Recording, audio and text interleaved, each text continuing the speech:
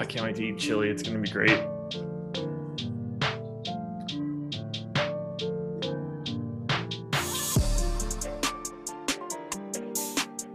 And we are live. Welcome to MLB Deeper Dive. It is Tuesday, September 14th. I knew I had it somewhere. I am Josh Engelman. I am joined by Adam Scher. We are here to break down 12-game MLB slate. I think it's a very interesting slate, too. We dug into it a little bit earlier today, rerun all the numbers, get to check it out a little bit more in depth here. We've got the full hour to break it all down. We know where we need to dig in a little bit more, too, so that should be good. Before we do anything, hit that like button, subscribe to the channel, hit the notification bell so you know when everything goes live. Do that at Awesemo Odds. Do that at Awesemo Fantasy Football as well. Now, Adam, how's it going? How was your afternoon? Anything crazy happen anywhere near you? Not this afternoon, no, but apparently last night someone drove a car into a 7-Eleven and stole an ATM down the street. So, just a normal night around here, I guess. But that was interesting. I'd actually almost walked down there earlier to get a Gatorade, and then I just didn't get around to it. But that would have been a nice, unexpected surprise to just walk up and 7-Eleven's missing like its entire side. Were you getting a little thirsty after trying really hard to pry open an ATM? It takes a lot out of you, you know?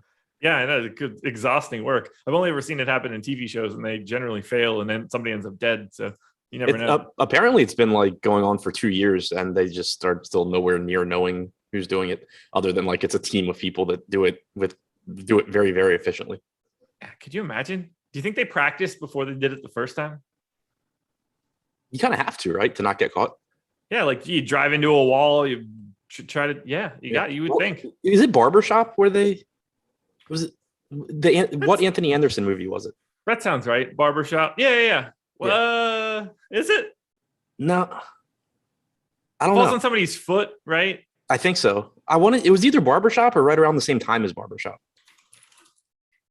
Chat's gonna get there for us. Chat, let us know. Was that Barbershop? Yeah, it's Barbershop. I googled Anthony Anderson ATM and it's immediately Barbershop, so I didn't need it. Sorry, chat. Appreciate you though. Don't remember it at all, but good callback, especially for someone that does not watch a ton of movies. Yeah, the things that I actually do remember from movies that are just like so completely unnecessary, and then I can't quote the really good ones. Well, on that note, let's talk about something that's not very good, and that is the Baltimore Orioles. They are hosting the New York Yankees. 3.5 run implied total for the Orioles, 6.2 for the Yanks. Alex Wells and Garrett Cole. Garrett Cole is the aggressive chalk on this slate, 39% owned at last blush. I completely agree with it. I don't have anything to add here. Garrett Cole is unquestionably the top pitching arm for today, and Alex Wells isn't. Yeah, that's pretty much all there is. Garrett Cole did leave his last start early with a hamstring issue, but didn't go on the injured list. He's pitching on an extra 2 days rest through bullpen sessions. He was fine. There's no reason to think he's going to be limited here. So that's not affecting how I view him. It's a good matchup against Baltimore. They have a 3.4 implied run total. Cole leads the slate in strikeout percentage. He has the best xFIP on the slate. There's not a whole lot you need to say, I don't think, to paint the picture that Cole's the clear number one guy here. That's the easiest thing we're probably going to talk about today, other than the fact that I think the Yankees offense is equally as good as Garrett Cole is today. They are my top stack. Probably a little over-owned, if we're being honest, but unquestionably the team that you should be targeting at the top. Just be aware of what's going into the rest of your lineup. What are your thoughts on the Yanks? Yeah, pretty much what you said. Very, very good spot. We know Alex Wells isn't any good. Limited time in the majors this year, but just getting absolutely lit up by right-handed bats in particular. 8.9% strikeout percentage, 266 expected ISO, 444 expected WOBA. Pretty difficult matchup here. And the pricing's not bad either. I mean, $4,200 for LeMahieu. Yeah, he's having a rough season by his standards, but he's still, too cheap for this spot. Judge is cheap. Or he's 5,400, but that's probably cheaper than he really should be here. Same goes for Stanton. You have Luke Voit in the lineup at 3,800. So it's a pretty easy team to get to as well. You can use the bottom of the order as well to, sort of balance out salaries if you need to with Torres and Urshela and Higashioka. So really, really easy team to get to. Like you said, just pay attention to the total ownership of the rest of your lineup. But it's such a good spot for the Yankees that, you can look at some of these other teams their top stack percentages like Houston and like the White Sox and say, okay, well, they're not getting as much ownership as the Yankees, maybe I'll go there. But it's just such a good spot for the Yankees that I don't want to get away from them just because of that ownership. I'd rather just, balance it out with some other lower owned guys. Yeah, we're on the same page, particularly the Rizzo ownership, which I understand why it's happening, but him at 7% is just a gem to put in your lineups here. Obviously, you got to balance that with Luke Voit, as you mentioned. Do you have any interest whatsoever in the Baltimore Orioles against Garrett Cole? No, I don't. Like, he's getting ownership, so I could see, saying, oh, I want to get the Mullins here or Santander at 3K, Mancini's 3,100. Mountcastle, I don't know why Mountcastle's 4,700. That's a really weird price. The rest of the team's really cheap. So, I mean, I could see the logic behind using, one or two of these guys and just hoping to run into a home run against Cole. But I don't really want to be allocating many, if any, of my lineups to full stacking the Orioles here on a 12-game slate. We're on the same page. Let's move it on to less obvious decisions. Nats and Marlins, 4.6 run implied total for the Nats, 3.9 for the Marlins. Eric Fetty, Jesus Luzardo. Fetty is pulling more ownership now than he was earlier today, 34%. I do have him a little bit higher in my model, but I'm still about half that number. Jesus Luzardo pulling about 12% ownership, and he's projected in my model for about 10. So I don't mind it. It all makes sense. Talk to me a little bit about Fetty, though. How are you feeling about that ownership number at 6,900 today? I think it makes sense as far as he's pretty clearly the best point per dollar option amongst the cheap pitchers. It's a really good matchup against Miami. Since the trade deadline, they have the second highest strikeout percentage in baseball at about 26.5%. They've been well below average in terms of production. 3.9 implied run total is kind of high for Miami, but in the context of the slate, it's not. And Fetty is really cheap. He's basically been an average pitcher this year, striking out about 21.5% of hitters. He has a 4.1 xFIP in his starts. So yeah, it's just like an average guy at a good price tag in a really good matchup. I think that he projects really well. I will say with the ownership where it's at, he is certainly someone where if you go to some lower owned pitchers that, maybe aren't in quite as good of a spot, it's relatively unlikely that Eric Fetty puts up a score that you absolutely have to have. And, he just buries you if you don't have him. Like, it's more likely that Cole does that, obviously, because Cole, can just go out there and throw up 40 points pretty easily. Whereas, Fetty, yeah, he'll go get you, 20, 25, and that's really good for his salary, but it's still, there's going to be most likely plenty of pitchers say that score 20 to 25 points. So I'm a little more inclined to move if I need a low owned pitcher, like if I'm stacking the Yankees or another popular team, I'd be more inclined to just kind of move some of that Fetty exposure to other options and kind of hope for the best. Okay. What about Luzardo? 6,300, so $600 cheaper. Is this the spot where you just simply move some of that Fetty ownership to Luzardo?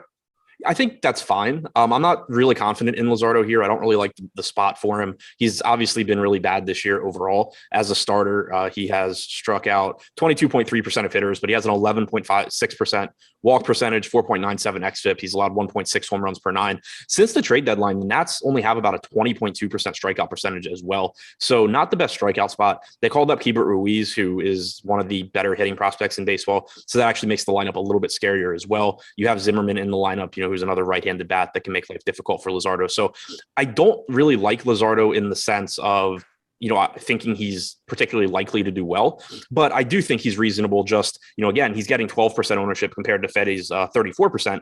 If you just need to save some ownership, I don't think that Fetty's likely to beat Luzardo, 3 out of every 4 times. Do you get to any Marlins bats because of the ownership going to Fetty? He's in right now a third of lineups. I think you can. It's a park upgrade for them going into Washington. They're also really cheap. So if you wanted to build lineups that have, like Garrett Cole plus Evaldi or Barrios or Giolito, whoever, if you wanted to pay up for pitching, you can get some negative correlation with the field by stacking up Miami, or at least, mini stacking them. Lewin Diaz hitting 5th at 2K flat. Brinson's batting cleanup at 2,700. Sanchez is hitting 3rd at 3,200. It's the top of this order. I mean, it's not good, but it is relatively inexpensive. You do get that negative correlation with the field. It's not a spot where I want my night hinging on the Miami Marlins offense, but I do think, if I'm going to stack against a popular pitcher, I'm a lot more likely to do it with Miami than I am with Baltimore. Yeah, it looks like the public is too. We have them as one of our bigger negative leverage stacks right now. Chisholm at 10.5%. It's not like anybody's getting a lot of ownership, but they're sort of getting what they should be getting after you account for everything. And it just seems like a bit of a neutral play now, given the Fetty ownership. Nats bats, I kind of feel the same way about them. They're 8th for me. I think they're about properly owned. I'm just kind of not excited. Yeah, I mean, I like the spot more for them. We've also seen their implied run total climb as the day has gone on. I mentioned you have the cheap Zimmerman bat at 2,900. Of course, on DraftKings, you can only roster one of him or Bell, so that's a bit of an issue. But Lane Thomas is really cheap leading off. Carter Kieboom is a cheap third base option. They're another team that, it's a high upside spot for them going up against Luzardo. We've seen him really struggle for most of the season. So it's a high upside spot, not the best offense, but they haven't really been as bad as I expected them to be either. So I think that Washington is fine here as well. Adam, I need a favor. Do you see the super chat that we just got? Yes, I do. Does that make any sense to you? Reds. Yes, I agree that Reds are a baseball team. Anything else? KEV, Kevin, ST. Got me with the Kevin Stadler. Yeah. That's not my gimmick, I don't think. I've never seen it before. What do you want me to do? I didn't get it at all. I couldn't figure it out. I read it. I thought it was just me. So you got me, I guess. You got me. Favorite Nats bat? I'm totally lost now. Price included, I think Josh Bell at 3,800. That's fair. All right, let's keep it moving. We'll go to Phillies and Cubs. 5.3 run implied total for the Phillies, 3.9 for the Cubs. Kyle Gibson and Adrian Sampson. Another pitcher getting a lot of ownership. We've gone 3 for 3 so far. That would be Kyle Gibson, 31% owned. I think it's a little high. I think it should probably be more in the 15 to 20 range. Has anything changed for you regarding Gibson? No, I think it's kind of just similar to what we were saying about Eric Fetty, but at a different price point. He projects well because the Cubs do have the highest strikeout percentage in baseball since the trade deadline. They're not a terrible offense, though. They have a 96 WRC plus, a 180 ISO, 314 WOBA over that time, but they strike out a ton. So the strikeout, like Gibson's strikeout should be able to strike guys out at an above average rate for him here. The issue though is that, he's 8,100. He's getting a lot of ownership and he only strikes out 19% of hitters this season. He's done a very good job of limiting power. I'm not saying that, I think Gibson struggles here. I just think that he's getting a little bit too much ownership given the fact that he's not a very good strikeout pitcher and he's not exactly inexpensive either. With Fetty at 6,900, at least you can say, okay, he's one of the cheapest, good pitching plays on the board. Whereas Gibson, there's plenty of guys around him that you can pivot to, whether, we had talked about Greinke specifically on the show this morning, but, you could go there.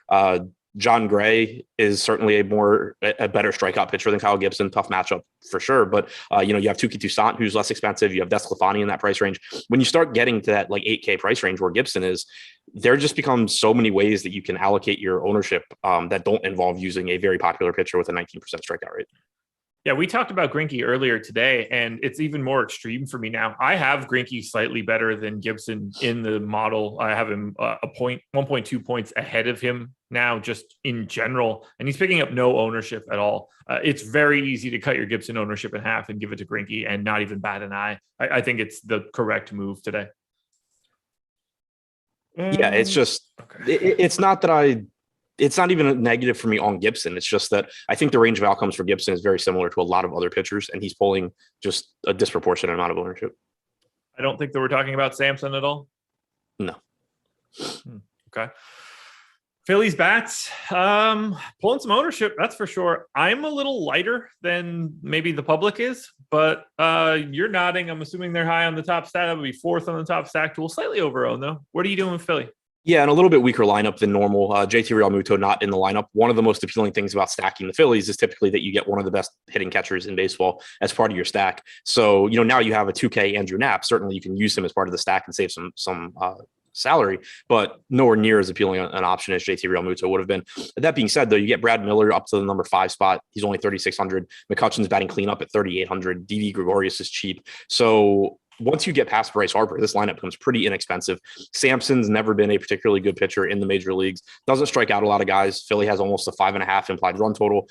Going back to the start of the 2019 season, Sampson's allowed a 184 expected ISO to lefties, 305 to righties. It's a good spot for Philly. I think that they're also pretty fairly priced. Yeah, I'm happy with their number 7 ranking, and it looks good to me. I'm just a little surprised at the ownership in the core of the order, but at the same time, I don't ever mind getting to Bryce Harper and Andrew McCutchen. So particularly Harper. So I can't really say anything. I don't have any real interest in going to the Cubs bats. It is mildly appealing because of Kyle Gibson's ownership, but he's not a guy that I want to target. He's just not a guy I want to roster a lot in DFS. Yeah, that's pretty much where I am too. I think Schwindel, Ortega, Contreras, these guys are all cheap enough that you could certainly make a case for them, but it's also a 12-game slate, and I don't want to be allocating that much ownership to the Cubs. With Gibson's price point where it is, he doesn't need to give up a bunch of runs to still not be the best pitcher in that range, because there's a pretty good chance that, good luck guessing who it's going to be. But there's a pretty good chance that there's a couple of pitchers that just put up better games in that price range than Gibson, even if he does limit runs. So I don't really think I end up getting to much Chicago here, even if I do end up under the field on Gibson. Can't say that I blame you there. Let's talk about our schedule for the rest of the day, and that one's going to be easy. MLB live before lock. Eric and Greg coming up in 45 minutes, breaking down the rest of this stuff all the way up till 7:05. And then that's it. That's all you got of us today. That's going to be a good one. MLB Top Pitchers Tool. We've talked about it a little bit on this show. I know Nightbot has dropped the link in here, but you can go to the website and check out our Top Pitchers Tool, get the odds of being a top scoring pitcher, a top value pitcher. You'll even see ownership. At least I guess you'll see ownership, huh? Yeah, you do, right? Ownership's on Top Pitchers Tool? Yeah. Okay. Yeah. And you'll see ownership. Great. Go check it out. I can't believe I got hit with the Kevin Stadler. Shame. A lot of you would be mad at me. Blue Jays and Rays, 4.8 run implied total for the Blue Jays, 4.2 for the Rays. Jose Barrios and Drew Rasmussen. No ownership coming into Rasmussen. Barrios coming in around 10% right now. I think that's pretty good. The $9,800 price tag feels a tad high for this spot. So I don't think it's all that easy to get to a ton of him, particularly with Giolito on this slate not being talked about all that much. I'd like to get to him over Barrios just in general. So what do you feel about Barrios?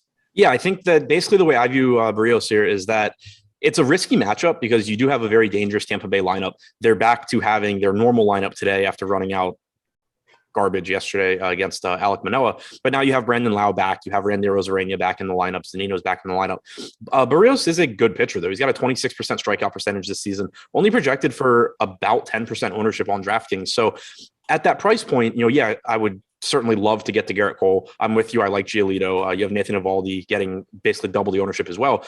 But when you think in terms of range of outcomes and just, what Barrios can do in his good starts, there are still plenty of strikeouts in this Tampa Bay lineup. I think when you have a build where maybe you go to the Yankees that are popular, or you go to, some other popular stack, from a ceiling standpoint, you're not losing a whole lot by plugging in a cheap Barrios and hoping for the best. So I think that's where he fits in. It's not that I'm looking at it saying, I think the field is wrong. I think he's a better play than Cole, or he's a better play than Giolito or anything, but he is the lowest owned out of this group. Second lowest owned. Frankie Montas is the lowest owned.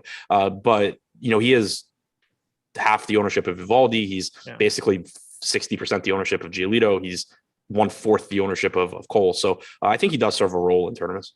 Okay. Can we do Rasmussen? Does he go deep enough in this game to matter at 6,500? I don't really see it here. Like, I'm expecting I think he's been throwing around 70, 75 pitches, but the matchup against Toronto is just so tough. It's not like Tampa Bay is, an offense that has a lot of power, but also strikes out a lot. Toronto is an offense that has a lot of power and also doesn't strike out. Rasmussen's thrown 71 and 74 pitches in his last two starts. As a starter this year, though, only a 19.6% strikeout percentage. He's been good at limiting runs, doesn't walk a lot of guys, but pretty tough sell for me to get to him. It's not like he's 5K or something like that. At 6,500 against Toronto, I think it's pretty tough. How do we handle the bats then? Because I think both pitchers are good. I like Rasmussen limited, but I still think that he's a good arm. Barrios is just good in general. Can we go to these bats? The Rays prices look pretty good. Blue Jays are priced pretty appropriately. I don't think I'm going to get there. I don't think I'll get to a lot. I certainly won't be upset if I do, though, just because of the amount of power in these two teams. I mean, you've seen it recently with Tampa Bay where the Eduardo Rodriguez start, it was a tough matchup against Rodriguez, but when Tampa Bay is hitting, they just have so much power top to bottom in this lineup. They can put up some really crooked numbers and, pretty easily win a slate. And the same goes for Toronto, who has just been hitting the hell out of the ball recently. They've been, they had a stretch where they were disappointing pretty much every night. And then now they've just been coming out and throwing up, 10 plus runs basically every game.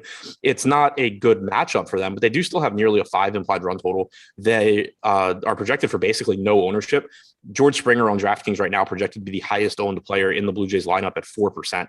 Anytime the Jays collectively are like 1% owned, I think that they're a good tournament option. I don't really care who they're facing. Brandon Lau, 4.8%, the highest owned guy in this game. So it's not like this either side of this is taking all that much on. These are two really good offenses getting no ownership. Yep. And I'm not surprised by it. They're not a team that I just don't think that I would get to either team, but they're teams that you don't ever look at your exposure to, see that it's a little higher and think, I need to try to do something to get away from it. Yeah. And I mean, for the season against right-handed pitching, the Blue Jays have a 116 WRC plus and a 200 ISO. The Rays have a 113 WRC plus and a 206 ISO. I expect that I get over the field on these teams. It's just more a question of like, do I end up drastically over the field, or are we talking, I get 5% instead of 2%? I think it's likely to be the latter, but I'm certainly not going to be upset if it's the former, because these teams do have such, slate breaking potential. Anything else here? Jays, Rays? Nope. Mets and Cardinals, 4.6 run implied total for the Mets, 3.5 for the Cards. Marcus Stroman and Jake Woodford. Stroman got to 10% ownership. I'm not all that enthusiastic about it at 9,300. I do like the matchup against the Cardinals, but there's not a ton of strikeouts in this lineup for me. So I'm a little lighter on Stroman, not the spot that I'm looking to spend that salary, but still, I understand why he's a good option. Yeah, that's pretty much where I'm at too. He's a good pitcher. He's just a little bit more expensive than I would like in this matchup and on this particular slate. We had the last time he pitched, he was one of the best options because you didn't have Cole, Giolito, Montas, Barrios, Evaldi. These guys are all, relatively close to him in price and all just better strikeout pitchers. The Cardinals as a team don't strike out a ton either. So I expect Stroman to pitch well. Like, I'm not looking to get to the Cardinals, but I don't really anticipate getting to Stroman, especially with him pulling 10% ownership. I feel a little bit differently if he were projected for like 1 or 2%. You could just kind of say like, okay, hopefully I get, the 8 inning, 6 strikeout Marcus Stroman start. But at 10%, I don't really even think it's worth it. Perfect. Like why would I, from an upside standpoint, why would I pay 9,300 for Stroman against a team that's difficult to strike out when I could pay 9,800 at the same ownership for Barrios against a team with a 25% strikeout rate? We're on the same page. Feels good, too. Jake Woodford, anything here at 5,900? Hasn't really been striking guys out. So the only case I could really make is the salary, at 5,900. Like, if people are going to pay 6,900 for Fetty, you can save $1,000, hope you get some random good start from Woodford. But 66 pitches his last time out, 74 the one before that. Pretty unlikely, I think, that he goes like really deep into this game. He's only struck out 17.3% of hitters as a starter this year. 4.34 xFIP is respectable for a pitcher as cheap as he is, but there's nothing really here for me outside of just like, yeah, he's cheap and he won't be popular. So that's about all I have. Do you have anything for Mets bats or Cards bats? I got the Mets 13th, Cards 23rd out of 24 today. This is not a spot I'm going for offense. Yeah, I don't see much in the way of offense. I do really like the salary on Michael Conforto at 3,400. Jonathan VR at third base too. Not the best position today. He's only $4,100. But in terms of full stacks, the Mets kind of just coming in middle of the pack. Nothing that looks too crazy for me. And then on the other side, the Cardinals, the pricing is pretty fair, but I just don't really want to pick on Stroman on this particular slate with the Cardinals. Works for me. Keep it moving. Braves and Rockies, 4.9 run implied total for the Braves, 4.1 for the Rockies. Touki Toussaint and John Gray. Toussaint only at 6% ownership. I got him at 7, so I think that's perfectly reasonable. John Gray not really pulling any ownership. Don't really think that he should either. This seems like a relatively pedestrian set of pitching. I'm really interested in Toussaint in tournaments. Right. I haven't run lineups, so I don't know how much I get, but just looking at this slate, I would like to get a good amount as long as the ownership doesn't move, because he has his issues. He has struck out 22.5% of hitters this year as a starter. 4.47 xFIP is, pedestrian. 1.8 home runs per 9. Walk rate at 9.5% is a little higher than you would like. Certainly has his issues, but he's only $400 more than Eric Fetty. He's got a higher strikeout percentage. He's facing the Rockies outside of Coors. The Marlins have a 3.9 implied run total. The Rockies are at 4.1. Not like it's drastically different there. They both get to face a pitcher. I think it's a pretty similar spot and a pretty similar pitcher in terms of range of outcomes. Toussaint versus Fetty. I understand Fetty projects a little bit better in terms of medium projections, but I don't think there's a really big difference when you just think about like if you were to play this slate 1,000 times, who comes out ahead. I don't think it's that big of a gap between them. So I think that the ownership gap's a little bit wider than it should be given the matchup for Tukey.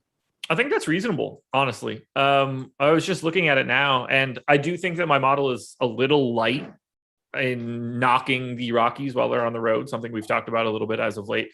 And to give Toussaint like another half point in projection would really bump him up to being pretty close coming to Fetty. Like Fetty's at 18% for me. Toussaint's at 7%. I think that would close and be closer to like 15-10. And I think that would make a lot of sense. Double up on Toussaint instead. Someone mentioned in chat said Tukey's won me a lot of money and he's helped me give a lot back. And really, though, that's kind of the point. Like, when you're getting, when you have a pitcher like Eric Fetty getting all the ownership and he's far from a sure thing, getting a pitcher like Toussaint that is so volatile and can either look lights out or just like absolute garbage from start to start, that's actually very appealing in a situation like this. Yeah, if you're trying to play a GPP for like, that's a much better. That's the type of guy you want to be over on. Let's just say that. If it's, also a decent play, not just blindly. Typically, you just kind of want to do the opposite of what the field's doing. Like if Tukey were getting 30% ownership and Fetty were getting 6% right now, I would be saying how much I love Eric Fetty in tournaments. It's really just, I think they are very comparable. How do you feel about the bats here against John Gray? I got the Braves 6, and they're not owned all that much. I'm very interested in the Braves, mild to minimal interest in the Rockies. Yeah, kind of surprised that Atlanta's implied run total is as high as it is. I do have respect for Gray as a pitcher. It hasn't been great this season, though. 23.5% strikeout percentage, 4.13 xFIP, basically one home run per 9 innings. You do have tons of power in the Atlanta lineup. So I kind of feel similarly about the Braves as I do about the Blue Jays, where I don't look at this matchup and say, I'm super excited to get to the Braves against John Gray, just like I'm not super excited to get to the Jays against Rasmussen. But neither Rasmussen or Gray is a pitcher where I'm looking and saying, oh, man, I can't go to this really high upside offense here. They're too good. It's just, a spot where they're likely to limit the damage because they are decent pitchers, but the upside is significant enough that I'm still interested in Atlanta. Yeah, I was surprised. I wonder what's causing the low ownership. We've seen Soler be owned a lot as of late. 4K still seems pretty reasonable here. Ozzy Albies at 5.8 is the highest mark. So I'm happy to get to Atlanta. If I look at Top Stacks tool, also happy to get to Atlanta, showing up as under owned. So keep your eye on the Braves. Can you justify the Rockies? I can't. I could do it more so if Toussaint was getting ownership, but since he's not, I think it's a pretty tough sell, especially on a slate of this size. And as far as Atlanta not getting ownership, I think it's just that you have the completely mispriced Chicago White Sox. You have the Yankees with 6.3 implied run total. You have Houston, who to some extent is mispriced, but also is in a really, really good spot. So I think it just, Atlanta kind of falls off behind those teams. That works for me. Anything else in this game? No, I think that's it. MLB Deeper Dive. One big word is the promo code. Well, MLB Deeper Dive is the promo code. Type it in as one big word. $29.95 for an Awesemo Plus weekly pass. You'll get player projections, ownership projections, premium Slack. We talk about top pitchers and top stacks in other sports as well. All those tools for $29.95. Again, MLB Deeper Dive. You can see it on the screen. I'm pointing right now as if I'm pointing to something like I do in my contenders video. We're not even on the screen. It's just the ad. So you guys don't see any of this. Anyway, use that promo code, sign up. I promise you, it's worth the money. We got a ton of stuff here for you. And for all sports, you're getting that for a week. You get to look behind the curtain a little bit. Rangers and Astros. 3.8 run implied total for the Rangers, 5.3 for the Astros. Jordan Lyles and Zach Greinke. We talked about it a little bit before. We certainly talked about it this morning. Zach Greinke projected for no ownership right now. That's wrong. Not necessarily the projection. Just he should be owned. That's the way that I want to go with that. I don't think he should be crazy owned. He's $8,700. He's $8,700. He has a 17% strikeout percentage this year. He's not a particularly good pitcher anymore. 4.23 xFIP, 1.4 home runs per 9. I think that he is certainly someone that shouldn't have this big of a gap between himself and Kyle Gibson, though. This is to me almost identical to the conversation with Toussaint and Eric Fetty, where Greinke has a lot of issues that make me not want to pay $8,700 for him, but all of those issues apply to Kyle Gibson as well. Gibson not a great strikeout pitcher either, 19% for the season. Greinke's at 17%, similar xFIPs. Very good matchup for Greinke. I mean, we've seen people just blindly rostering pitchers against Texas for a while now. There's no real reason to be shying away from Greinke in this matchup either. The Rangers actually have a slightly lower implied run total at the moment than the Cubs. So I'm not saying that I think Greinke is a great play, in a vacuum. I'm saying it, if you're going to get, what do we have? Gibson pulling 30% ownership right now and Greinke pulling 1. I think it should just be a lot closer to even between those two. Yeah. I don't even again, I have Greinke slightly ahead of Gibson. If I look in the top stack tool, we have Gibson at 11.2% chance of being a top stack. Okay, Greinke just at 6.5, but even still no ownership at all. That is also an appealing piece here for GPPs. Do you have interest in bats on the Rangers side against Greinke? No, I'm just kidding. We obviously don't want the Rangers bats. Astros bats are my number 2 stack overall, number 3 in leverage. These guys aren't pulling nearly as much ownership as I think they should. I love getting to Houston. Yeah, clearly a really good spot here. It's going to be really easy to to afford this team as well, because you have a couple of minimum salary guys batting 7th and 8th, and Chas McCormick and Jose Siri. Kyle Tucker is finally priced up a bit to 4,900, but that's still, I think, a very fair price on him. Bregman, for whatever reason, is 4,200. He's going to look like a really good value. But looking at the ownership individually, Bregman's getting most of it at 23%. Then you have McCormick at 15, Alvarez 15%, nothing crazy there. Altuve's at 11, everyone else below 10. So in terms of a full stack, I think that they look good, both in terms of salary. Matchup is good against Jordan Lyles. Lyles this season's allowed 200 expected ISO to righties, 231 to lefties. Someone in chat asked as a last piece in if they should go McCormick or Siri. I don't have any profound answer to that, but other than just in general in baseball in a situation like that, take the lower owned guy. Their range of outcomes are about the same, and we have McCormick projected for twice the ownership, so just play Siri. I said it this morning, but Tavares at 2,500 is fine if you need a one-off outfield bat in a leadoff spot, but I think you can find better things out there for today. So, hell, in this game specifically of outfielders. Anything else, Rangers or Stros? No. White Sox and Angels, 5.6 run implied total for the White Sox, 3.4 for the Angels. Luke Giolito and Packy Naughton. I'm loving Giolito here, projected for just 16% ownership. I think that should be more in the lines of 30. I really like the spot. Nice strikeout matchup. I think Giolito is getting underrepresented here. How do you feel? I agree with you. I do have one somewhat minor concern on Giolito, and it's that he hasn't pitched in 2 weeks. He was on the injured list with a hamstring injury. The 2-week time span doesn't really scare me. I don't anticipate him being heavily restricted here. What does concern me is that the White Sox have a 12-game lead in the Central, and you had Giolito take 2 weeks off. There's so it wouldn't be surprising at all if not that they say, oh, he's done at 75 pitches, but if the leash is just a little bit shorter than usual. The only thing the White Sox should care about here is having Giolito healthy 3 weeks from now. They don't need him to go throw 105 pitches against the Angels tonight. So that is a little concerning to me, especially when you have all the other top tier options. You have Cole, you have Barrios, both of their teams in playoff races. You have Evaldi, game matters for them. Whereas it would be really easy for, let's say Giolito's thrown 85 pitches through 5. It's going to be easy for the White Sox to just say, okay, cool, bullpen time. That's fair. That's a very reasonable point. I'm hoping for more of the upside. So I gave him the full 6 for this spot. Doesn't matter really what I give Packy Naughton. I'm not getting to him. Are you? No, I am not getting to Packy Naughton. Are you getting the White Sox bats? They are my number 3 stack as of this moment. Love the first 5 guys in this order. I think it looks pretty good too against Naughton. Yeah, they're going to pull a lot of ownership, but they're completely mispriced here. I compared it this morning to the Brewers a week or so ago, but you have Tim Anderson back in the lineup. He's basically $1,000 less expensive than he was before he got hurt. Last I checked, we had him projected as the highest scoring shortstop on DraftKings. You still do. He's only $4,600. You see this, you get similar stuff with Luis Robert at 4,400. He's in the lineup. He's batting 6th now. So he dropped in the lineup, but still 4,400. Jimenez at 3,700, just a complete mispricing.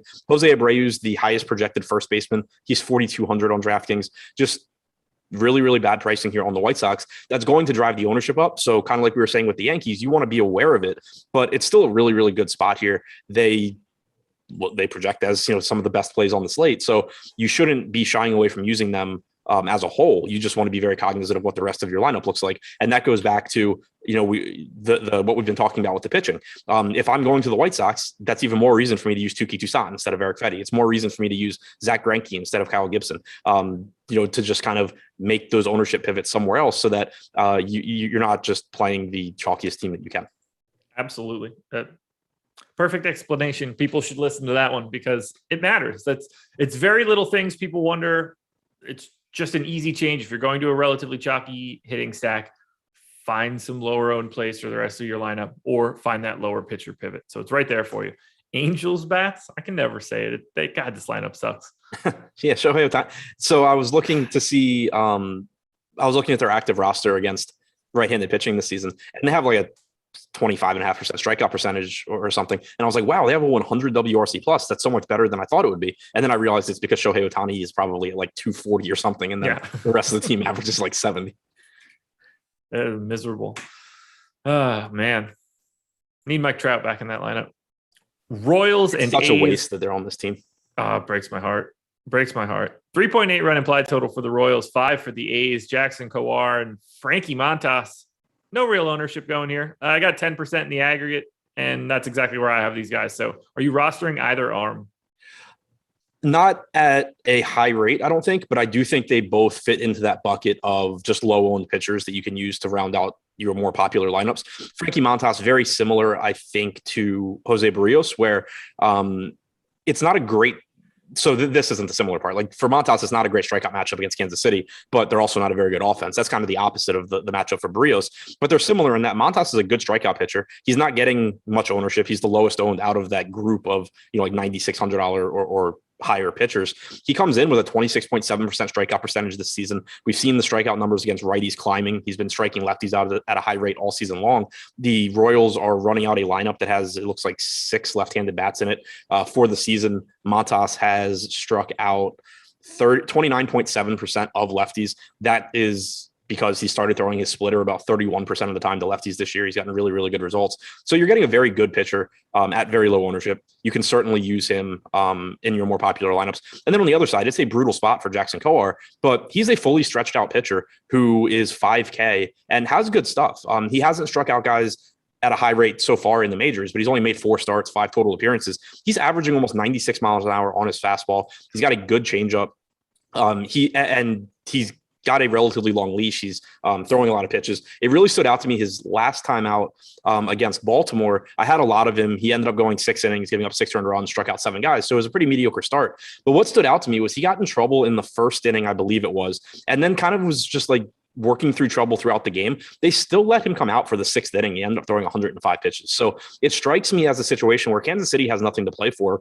They're more interested in letting this guy work through adversity and, develop as a major league pitcher, I think, than saying, he's in trouble in the 4th. Let's get him out of there. So that's something at 5K that I think is valuable. All that being said, it's a tough matchup against Oakland. They don't strike out a ton. They have a lot of good hitters. Matt Chapman's not in the lineup, so that makes it a little bit weaker. But overall, still a pretty tough matchup. But at 5K and virtually no ownership, I don't really hate it if I'm going to, like the White Sox, the Yankees, something like that. That's fair. He pops a little bit for me, and I only gave him 3 2/3. If I gave him another out or 2 outs potentially, he would pop up a lot for me. So interesting to see. From a Royals bats perspective, not interested really. I've got them 16th. I've got the A's 15th. I'm just not really looking to go to offense in this game. I'm surprised too. I know that I'm light on the A's. Yeah, the A's are, I think, a very good stack here. I just made the case for why Jackson Kowar is not a bad tournament play, but in terms of probabilities here and chances of success, this looks very good for Oakland. Even without Matt Chapman in the lineup, it does make the lineup a little bit less expensive. You have Jed Lowry batting cleanup at 3,700, Seth Brown's up to 6th batting at 3,700 as well. So it's still a very high upside stack. They don't strike out a lot. They do get, I think, a little bit of a park shift going into Kansas City. At the very least, you get less foul outs ending at bats. So I think it's a good spot for Oakland. It should be warmer in Kansas City than it normally is in Oakland as well. So again, there's several teams that look really, really good on this slate. I'm not saying you have to jam in tons and tons of Oakland, but I do think they're going on their own. I do think they are in a very high upside spot. Anything else for Royals and A's? Nope. Giants and Padres. No, I'm not going Giants and Padres. I have a bit that I was going to do, and now I forgot about it because we were talking about Royals and A's, and I would like to talk a little bit about prize picks. And I've got some prize picks for you, Adam. Matt Olson, over under 8.5 fantasy points. Over. All right, that works. Salvador Perez, over under 6 fantasy points. Is this FanDuel scoring? Yes. Over. Okay, that'll work. That'll work. Prize Picks, presenting sponsor of this show. And you don't have to worry about sharks or optimizers or mass entry. You're just picking things that are available for you on the board, whether you want to pick 2, 3, 4, or 5. If you pick a 5-player lineup correctly, you can net up to 10x your entry fee, whether that's NBA, MLB, WNBA, NFL, even esports. You can download the app in the App Store or in Google Play. Use the promo code Awesemo when signing up and get an instant match deposit bonus of up to $100. If you've got $100 and you deposit it, they're going to match it with $100. Take the free money, people. Play at Prize Picks. You should really do this. With that instant match deposit bonus, that's not all we've got here. You also get a free square that you can combine with your other picks, as Patrick Mahomes over-under has been dropped to a half yard. So if he throws for 1 yard, then you win. Boy, oh boy, is that going to be fun if he happens to like sprain his ankle on the first drop back and go for -2 or something like that. So anyway, that's where we're at. Thank you, Prize Picks, for being the presenting sponsor. Now, Adam, let's close this bad boy out. 3 games to go. Giants and Padres. Now let's do it. 5-run implied total for the Giants, 3.9 for the Pods. Anthony Desclafani and Jake Arrieta. No ownership coming to either guy. Do you want to go to either one of them?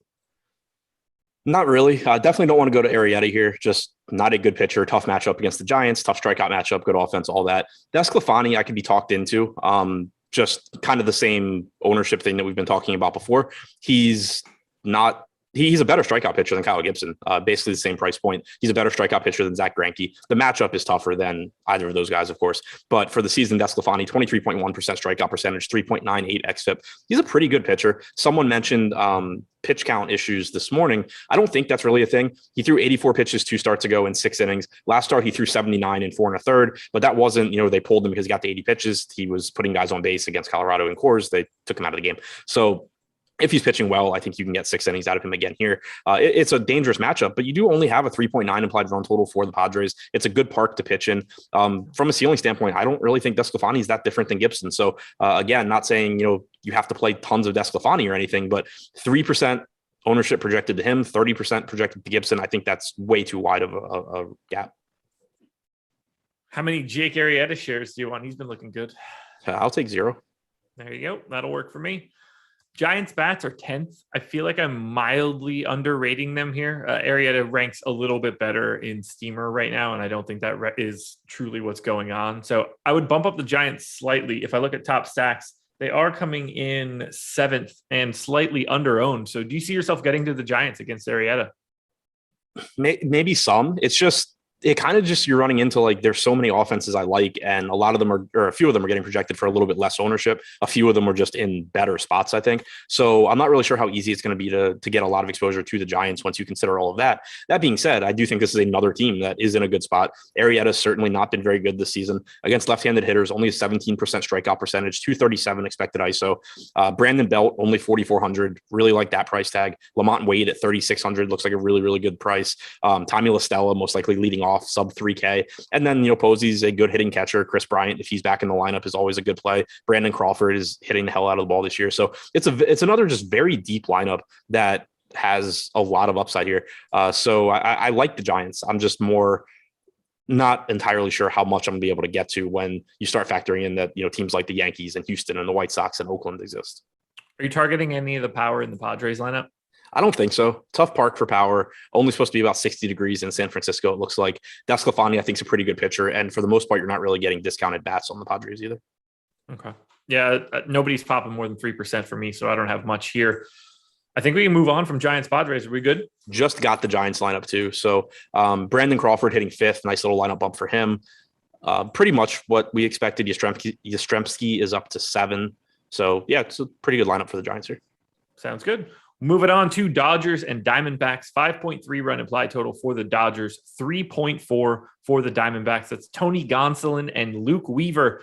Neither pitcher getting any ownership. I think I'm staying away from this one in its entirety from a pitching perspective. Yeah, that's pretty much where I'm at as well. Gonsolin, I'm not expecting to go deep enough into the game for me to really want to pay $7,900 for him. I think he's a pretty good pitcher and the matchup's good, but just enough pitching on the slate that I have trouble getting there. Weaver is a pretty average pitcher, I think, but a really tough matchup against the Dodgers and at a price point that I don't really like. I would rather, if I'm looking for a low owned pitcher, I would feel better going to DeSclafani against the Padres than Weaver here against the Dodgers.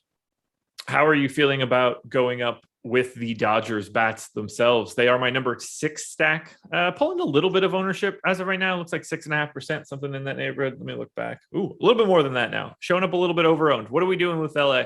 I think they're fine, but at their current ownership, I would expect that they're one of the teams I get away from a little bit and move some of that to some of those less popular teams that we said we liked. I obviously like the Dodgers. I think they're a really high upside offense, but I don't think Luke Weaver is a bad pitcher. So this is kind of just a situation where, I don't think the ceiling for a team like the Dodgers is much different from a team like Toronto or Houston or the Yankees or the White Sox, the A's. There's a lot of these teams, and a couple of those teams, the Yankees and the White Sox are in much better spots. A couple of those teams are getting less ownership, like the A's and the Blue Jays. So to me, it's kind of just like I'm going to be prioritizing those teams for different reasons. And the Dodgers kind of just fall off because of where the ownership is. If between now and lock, the Dodgers end up being projected for 2% and the Jays jump to 8%, I'd gladly say, okay, all that any of Toronto I was going to play is now the Dodgers. But as is right now, just I think a kind of neutral matchup.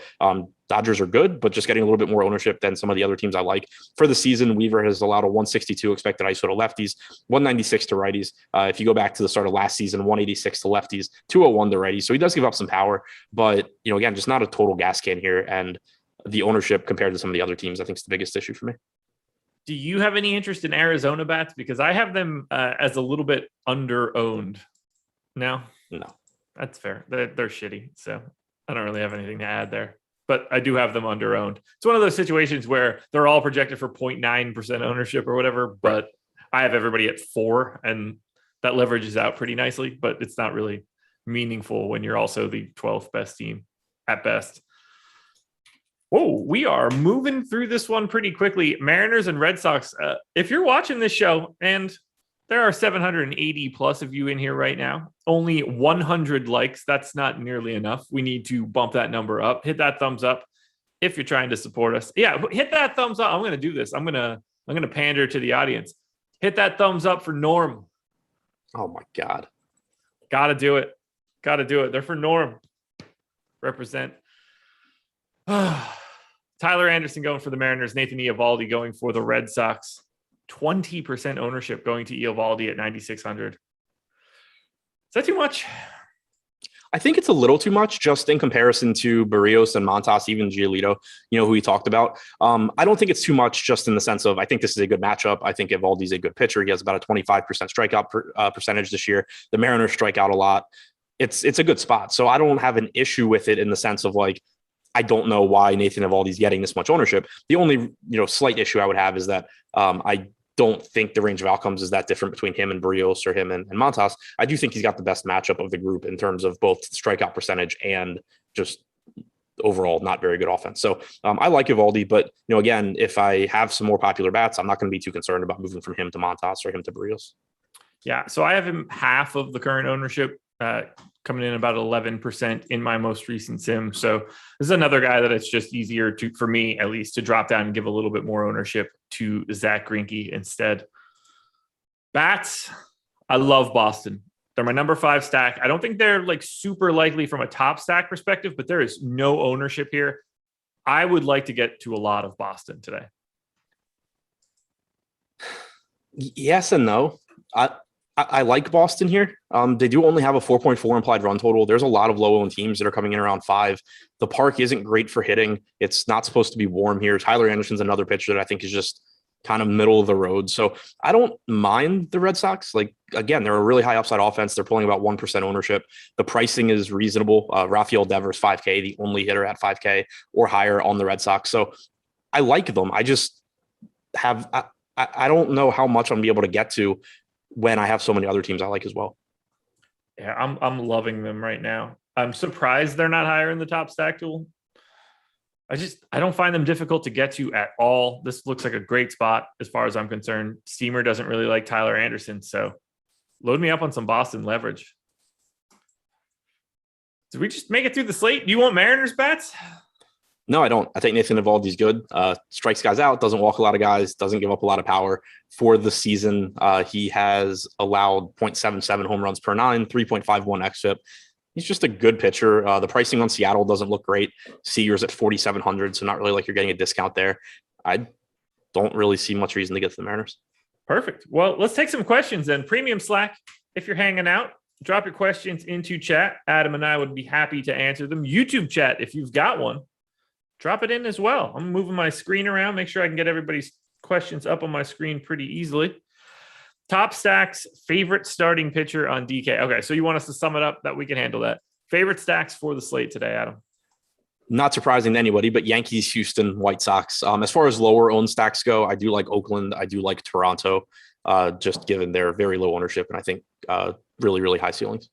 Yeah, Yankees, Houston, and the White Sox are certainly on different tiers today. I think that's a very clear 1, 2, 3. I like Houston the most of those three, given their current ownership. Boston is my primary team of outside of that top three that I would like to get to. Atlanta would be second. Favorite starting pitchers? Cole. So Cole, Eovaldi, Gibson, Fetty, I think are the answers as far as like who projects the best. If ownership weren't a thing, where would you get to? Like in cash, it's probably going to be two of those pitchers. I haven't built a lineup, but I assume it's going to be two of those pitchers.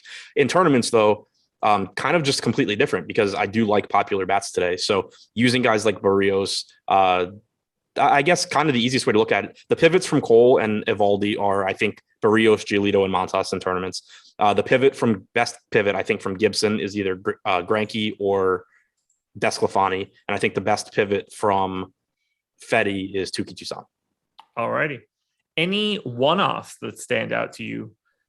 I could shout out a bunch of them just because I can sort to it pretty quickly. Carlos Correa is 5% owned. I think I'd be happy to get to him as a one-off. Anthony Rizzo, 7% owned. Rafael Devers. We mentioned Tavares earlier today. I got him 7% optimal, only 1% ownership, only 2,500 too if you need to save some salary. Do you have any one-offs that stand out to you? Everybody on the White Sox, basically. But I mean, seriously, Jose Abreu, 4,200, again, the highest projected first baseman on the slate. Tim Anderson at 4,600, highest projected shortstop. The White Sox are just completely underpriced. Outside of that, though, Yordan Alvarez, I think, very good spot, clearly at 5,100.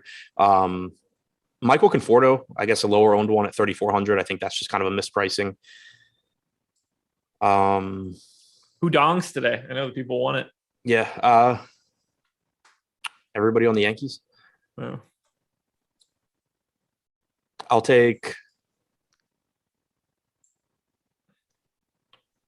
I don't know. You go first. I'll find somebody. All right. I'm going to stick with my Red Sox plays. Give me Hunter Renfroe, 1% owned tater salad. Give me Brad Miller. All right. Let's see where we got Brad Miller in the old home run model. That's not bad. Brad Miller, 33rd. I like it. Adrian Sampson for his career, 18.7% strikeout percentage, 203 expected ISO, throws his sinker like 52% of the time to lefties.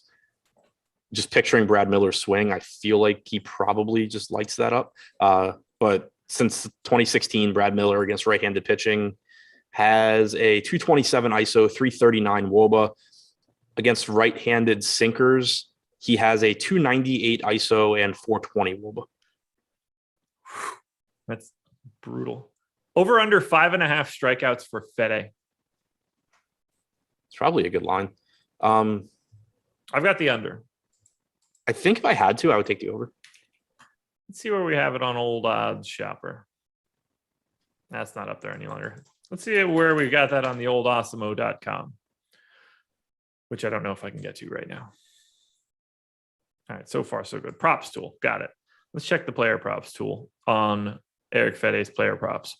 So the line is 5.5. We have the expected win percentage on the over at 69% with a 38% projected ROI. So if you're going to our props tool, that's the second highest expected ROI strikeout prop on the slate. No, it's the highest of anybody on the slate. Freddie Peralta is not on our slate. That's a big one. All right. What else we got coming in here? Do the Giants cover 1.5? I think I bet against that. I like it. I don't have anything on the Giants today. Full disclaimer, I don't bet sports in general. Definitely don't bet baseball. Don't know what I'm talking about, but I do like the Giants -5 or -1.5, not -5. We didn't need the preamble, man. We know you don't know what you're talking about. All right. We got like 1 or 2 more minutes left. If we've got any other questions, feel free to drop them in here. I'm not seeing anything from Premium Slack. Ooh, Desclafani or Fetty? If you got to pick between the two. If we're just assuming like price and who does better, I would take Fetty. But ownership wise, like, again, I don't love the spot for Desclafani. I just don't think he's getting quite as much ownership as he should. Okay. That works. Andrew Knapp as the home run call. That's interesting. What else we got? Bryce Harper one-off. Yeah, I'll never have a problem with that. I assume you wouldn't either. No, definitely not.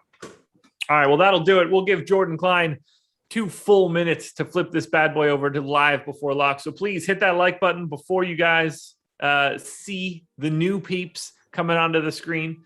We want the credit. We want the likes. We want all of that good stuff. Thank you guys for joining us so much. We got 1 more hour until lock before, you got to deal with Eric and Greg for the next hour. Good luck with that, guys. We're out of here.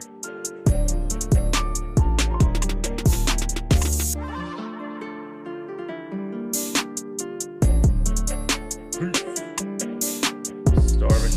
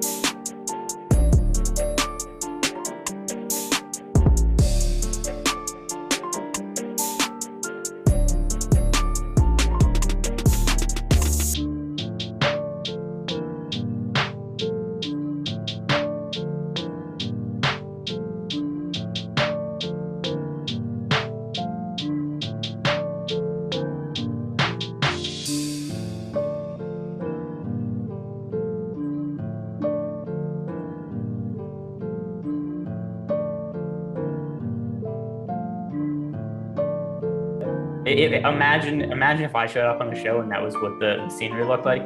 But yeah, you're just gonna have to guess the countdown. You don't actually. But Jordan does this. You just guess. Yeah. It's like. Yeah. No, there it is. There's his hands, which you can clearly see. It's well illuminated because it's. It looks like he has antlers right now. Yeah. He moved.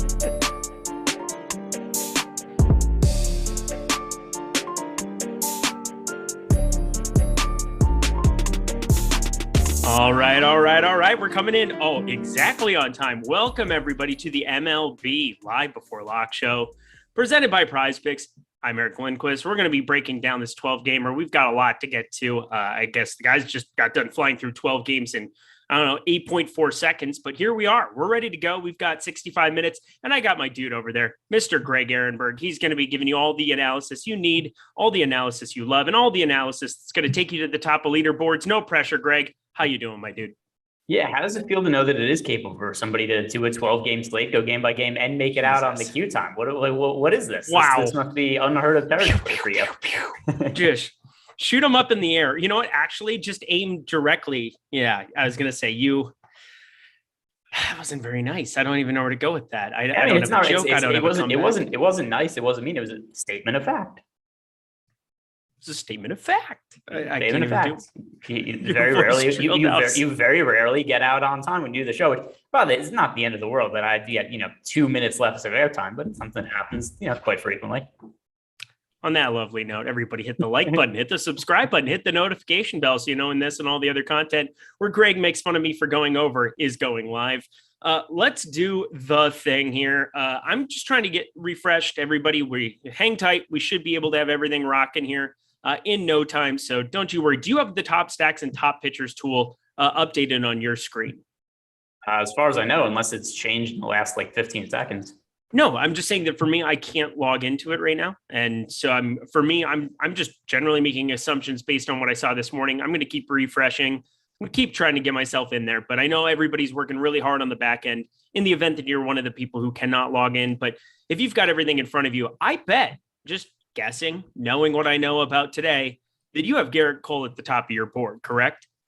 Yeah, and it's kind of unavoidable for a couple of reasons. Number one, if you look at the pitching on the high end today, there aren't that many guys to really love. Lucas Giolito, he's coming off the injured list. Garrett Cole is also coming off an injury, although he didn't miss quite as much time as Lucas Giolito. But also Garrett Cole is a far superior pitcher to Giolito. Also hard to not really like the matchup against the Baltimore Orioles.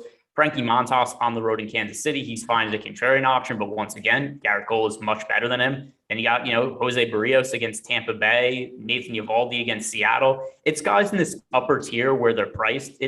Cole is just head and shoulders above the rest of these guys. So to me, just kind of a no-brainer pay-up option today. He's the one who stands out atop of everybody else. Cash games play Garrett Cole, even despite him coming off the injury. And yeah, I don't really have too much else to add to that. I don't think there's a spot to be contrarian. I don't think there's a spot to go stack the Orioles to try to get leverage. I think Garrett Cole is the number one overall play on the slate today. All right. And let's work down from the board. We'll get to the mid tier. I'm just going to go down by salary because I think right now, as I'm waiting for it to update, that makes the most sense. Getting into this Giolito, Montas, Barrios, Eovaldi tier. Eovaldi, I know, is a guy gaining quite a bit of steam, and I think rightfully so, going up against Seattle in this spot.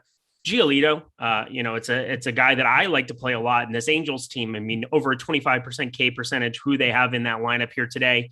He hasn't pitched since the 31st. I don't know what that pitch count's going to look like. I really wanted to play him, but I don't think I can do it. Are you getting to Giolito? And then is there anybody else in this top tier that you're kind of going towards?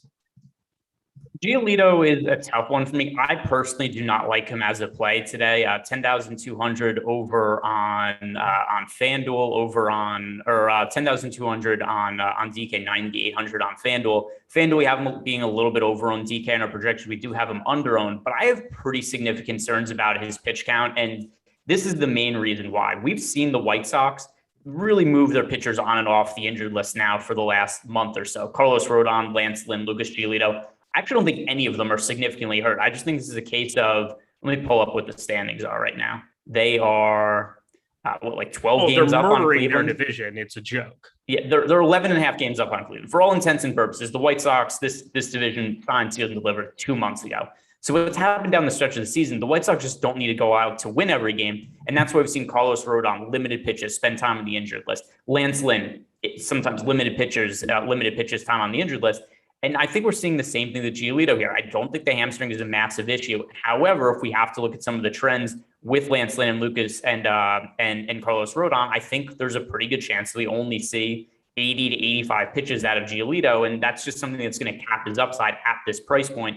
The other thing to consider too with Giolito is even though he's been good from a fantasy perspective, he hasn't been quite as good as he was the last couple of years. So Giolito, I think getting to him, if you had him in a few lineups, I wouldn't take massive issue with it, but there's just other guys I'd rather get to. Garrett Cole for sure being one of them. All right. So anybody else, who would be the guy on this top tier? If you're not going to play Cole, which again, I'm going to play a ton of Cole. I'm definitely going to be lighter on Giolito. I wanted to play him. Definitely agree with everything that you said there. But then we get into Montas, Eovaldi, Barrios, even Marcus Stroman, who I never play, but all the righties in this lineup, and maybe it's a decent enough spot. I'm probably not going to go crazy with it, but who's kind of the next guy in the top tier that you'd be going to? For me, I think just for ownership reasons, it's going to be Frankie Montas. I mean, I've already by process of elimination taken out Lucas Giolito from being a high priority play. Nathan Eovaldi, the 9,600 price tag. I think there are spots to get to him, but he's more popular now. So I don't remember if I did live before lock with you the last time he pitched, which was against the Tampa Bay Rays. But the difference on that slate was he was projected for like 4% ownership, and he made a whole lot of sense. In general, Eovaldi has a little bit of sneaky upside because despite his lack of strikeout upside, he can work deep into games. But still, now the price tag's all the way up to 9,600. There's other options here. There's other guys I'd rather get to. Jose Barrios at 9,800, also somebody who really tough matchup against the Tampa Bay Rays. And Frankie Montas has a matchup against the Royals that I think is fine. And also the ownership is just lower than all the other guys in this price range. So 7.6% ownership for Frankie Montas, when we currently have him with a better projection than Jose Barrios. We have him with a better projection for Nathan Eovaldi and less ownership than those guys. So all that stuff considered, and I think that makes Montas the number 2 priority for me as a pay-up option behind Garrett Cole. All right, now we're going into some mid-tier action, and really nobody in this upper eights is pulling any ownership whatsoever, starting with Luke Weaver, I guess, at 9K, Zach Greinke, Anthony Desclafani, a guy who's kind of fallen off here, but still good pitcher, a lot of righties here in San Diego, but yeah, I'm still not going to do that. John Gray, 8,300. Really, until you get to Kyle Gibson, who's pulling 31.8% ownership over on the old DraftKings.com, you don't really have anybody. Is there anybody in that tier that you might be wanting to take some shots on, or that's going underrepresented in the top pitchers tool? What's the exact price range? Like the upper eights, starting 9K to like Kyle Gibson. Any of those guys are you playing whatsoever? So let's talk about the Kyle Gibson and ownership here. There's 2 guys who are just not particularly, and Kyle Gibson's good, but not great for fantasy purposes. Because of the matchup against the Cubs, he's picking up an egregious amount of ownership today. So we have him projected for 33% ownership on ZK. Another guy who kind of falls into that same boat is Eric Fetty, who's projected for 36% ownership. And he's kind of the same reason that people rostered Paul Espino and why Espino made sense last night. But it was also a smaller slate yesterday, and Espino had to project for about half the ownership that Fetty's picking up right now. But before we get to him, talking about the guy specifically in this price range, Kyle Gibson, if you're playing cash games, you need somebody in this price range because of the ownership, and I think the security with him, fine. He's pitching against the Cubs. They're definitely not a great offense by any stretch of the imagination. But it's so much ownership going to a pitcher in Kyle Gibson who just doesn't really have that much upside. We've seen on occasion him go for 20-plus fantasy points, but even barely above that. And that's kind of what his ceiling's been to his last handful of starts. 8 fantasy points, -2, 21, 21, 12, -2, 17. And a lot of those were in tough matchups. That's one of the reasons why, like in Milwaukee, that was a rough go for him. Home against the Dodgers, that was another one he scored negative fantasy points. We currently have him projected for 15 fantasy points, which is kind of somebody, low variance pitcher is going to be somewhere in the teens. I just don't think it's all that likely he wins the GPP. I view him as better cash game option than tournament option. In our projections, we have him with like that 33.3% ownership share, but only an 11.2% chance to be a top scoring pitcher on the slate. I'd rather find the cap space to get up to Frankie Montas, Garrett Cole, the upper tier of pitchers. I'm right there with you. Somebody in chat earlier said, Fetty? They wanted to hear me do my thing. Actually, I think they wanted me to do the opposite of my Boy Meets World, but still, I just wanted to give that shout out. Moving down the list here, is there anything else you want to touch in this that was a weird way of phrasing that. Anything else you want to talk about in this mid-tier? Toussaint, a guy I'm definitely getting to quite a bit. Then down here a little bit lower, I'm going to play some Jackson Kowar. It doesn't feel good. I just definitely think 5K, and he's stretched out. And Oakland, the back half of this lineup is not nearly as imposing as what you would expect it to be. I guess they just don't have a ton there. McKenna, Brown, Murphy, Kemp, Andrus, pretty doable, I think, if he can get through the Harrison, Marte, Olsen, Lowry portion of it. What are you thinking about the bottom end of pitching? So, I mean, we could talk about Eric Fetty now, who I think warrants a little bit of discussion here. Once again, for cash games, I think if you need to save salary, by the way, cash games, you're definitely starting Garrett Cole on FanDuel. DK are starting with him. We're talking about SP2s now for a cash game. I think that Gibson or Fetty, once again, are fine for cash games. And even in tournaments, if you need to save salary, it's okay to get to some of Fetty, but he's projected for 36.4% ownership. That's a number that is just way too steep for me. I get the matchup against Miami once again. Same thing with Paulo Espino yesterday. It's a good matchup. It's a reason why there's a not so great pitcher that has a good chance of success. We actually have Paul Espino, not Paul Espino. We currently have Eric Fetty actually projected with better odds of landing in the optimal lineup than Nathan Eovaldi, better odds of landing in the optimal lineup than Jose Barrios, better odds than Kyle Gibson. But I'd just rather take my chance elsewhere than go to somebody like Fetty when he's 36% owned. So a little bit too much ownership for me. Cash games, once again, fine if you need a cheap SP2. Tournament, somebody who I think you want me underweight to. Yeah, I'm right there with you as well. Again, I have 24% of him. I'm definitely going to be underweight on that number, but I mean, it's hard to deny that going up against the Miami Marlins is a bad situation whatsoever.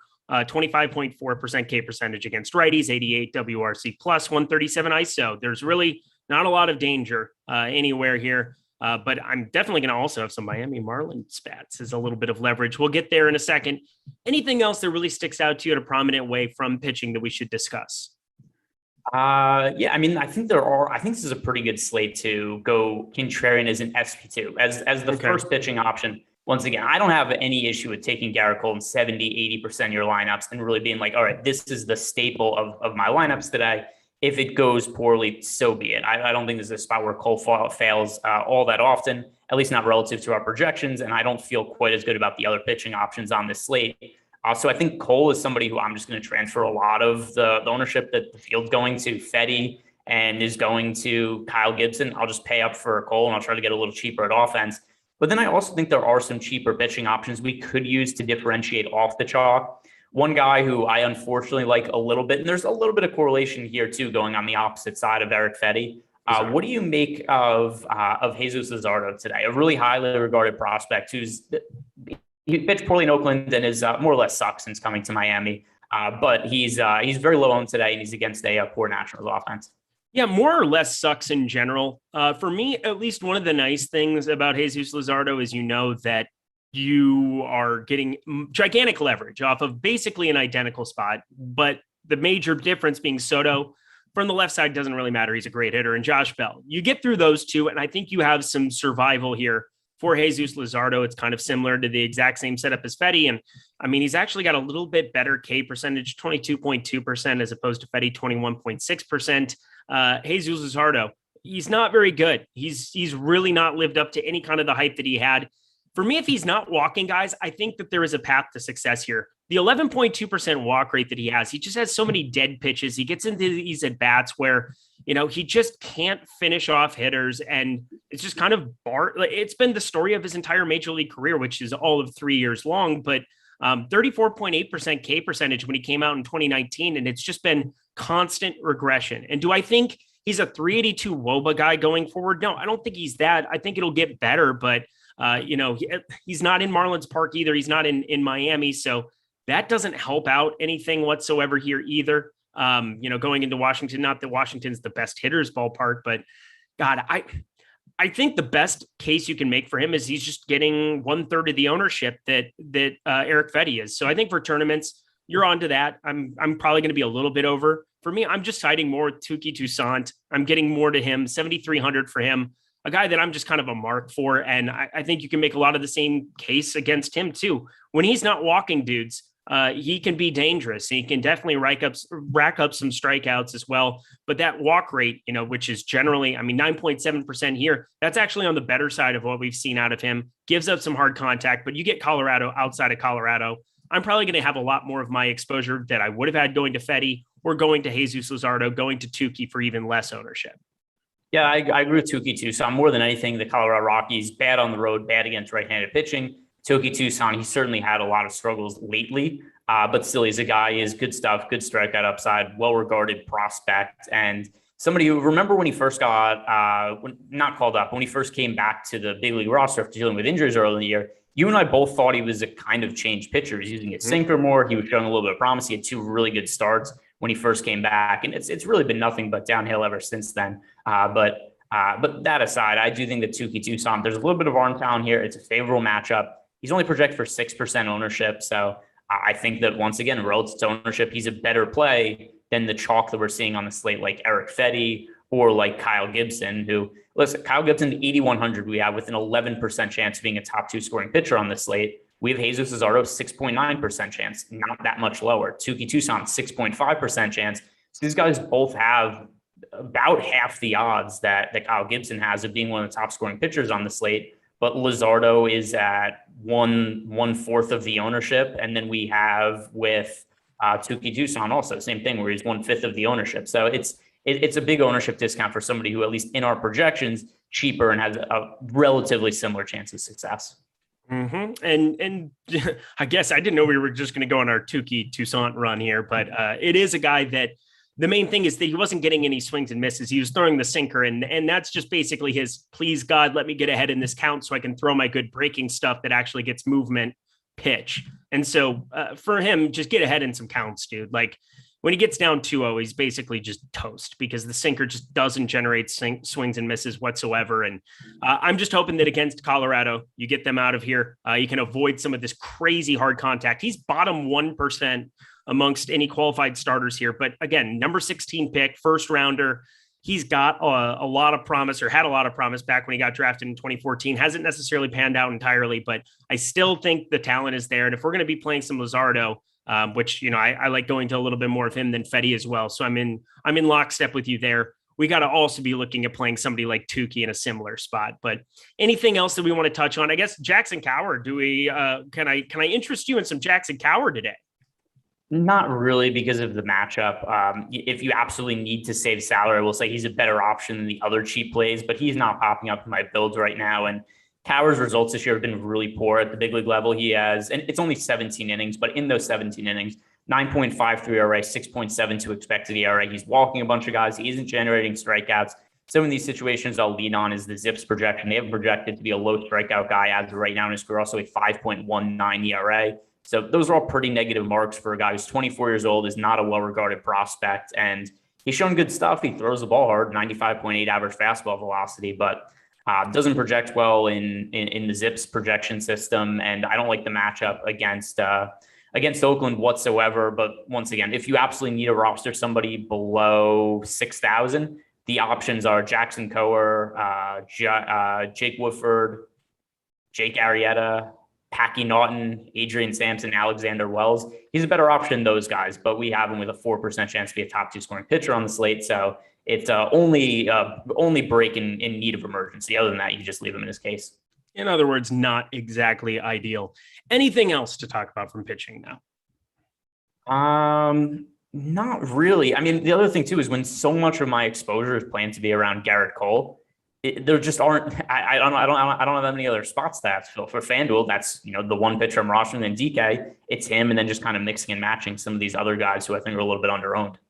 All righty. Well, that does it for pitching here. Again, I'm just kind of waiting for this top pitchers tool to get going here a little bit. Hang tight if you're like me, if it's not populating yet, but I think we should have that done before lock. Looking forward to being able to throw that in the old spreadsheet and finish out all of my lineups here. But I got to tell you though, the reason that I'm waiting on pins and needles for this is because of how good the tools are here at Awesemo. They just help so much in the lineup building process. They're not just a part of my process. They are the process. They are the things that I make my decisions based off of. And you can too, checking out Awesemo Plus tools for every DFS sport that we have available for a weekly pass of $29.95. Full access to everything behind the paywall, player projections, ownership projections, premium Slack channel to be able to talk at all hours of the day about sports, lineup builder, and much, much more. And Awesemo Plus Platinum, you can take advantage of the promo code we have up on the screen there from producer Jordan Klein, the best producer in the game, named Jordan Klein for sure. 25% off your first week of Awesemo Plus Platinum using promo code MLB Live Before Lock, all caps, one word, MLB Live Before Lock, 25% off.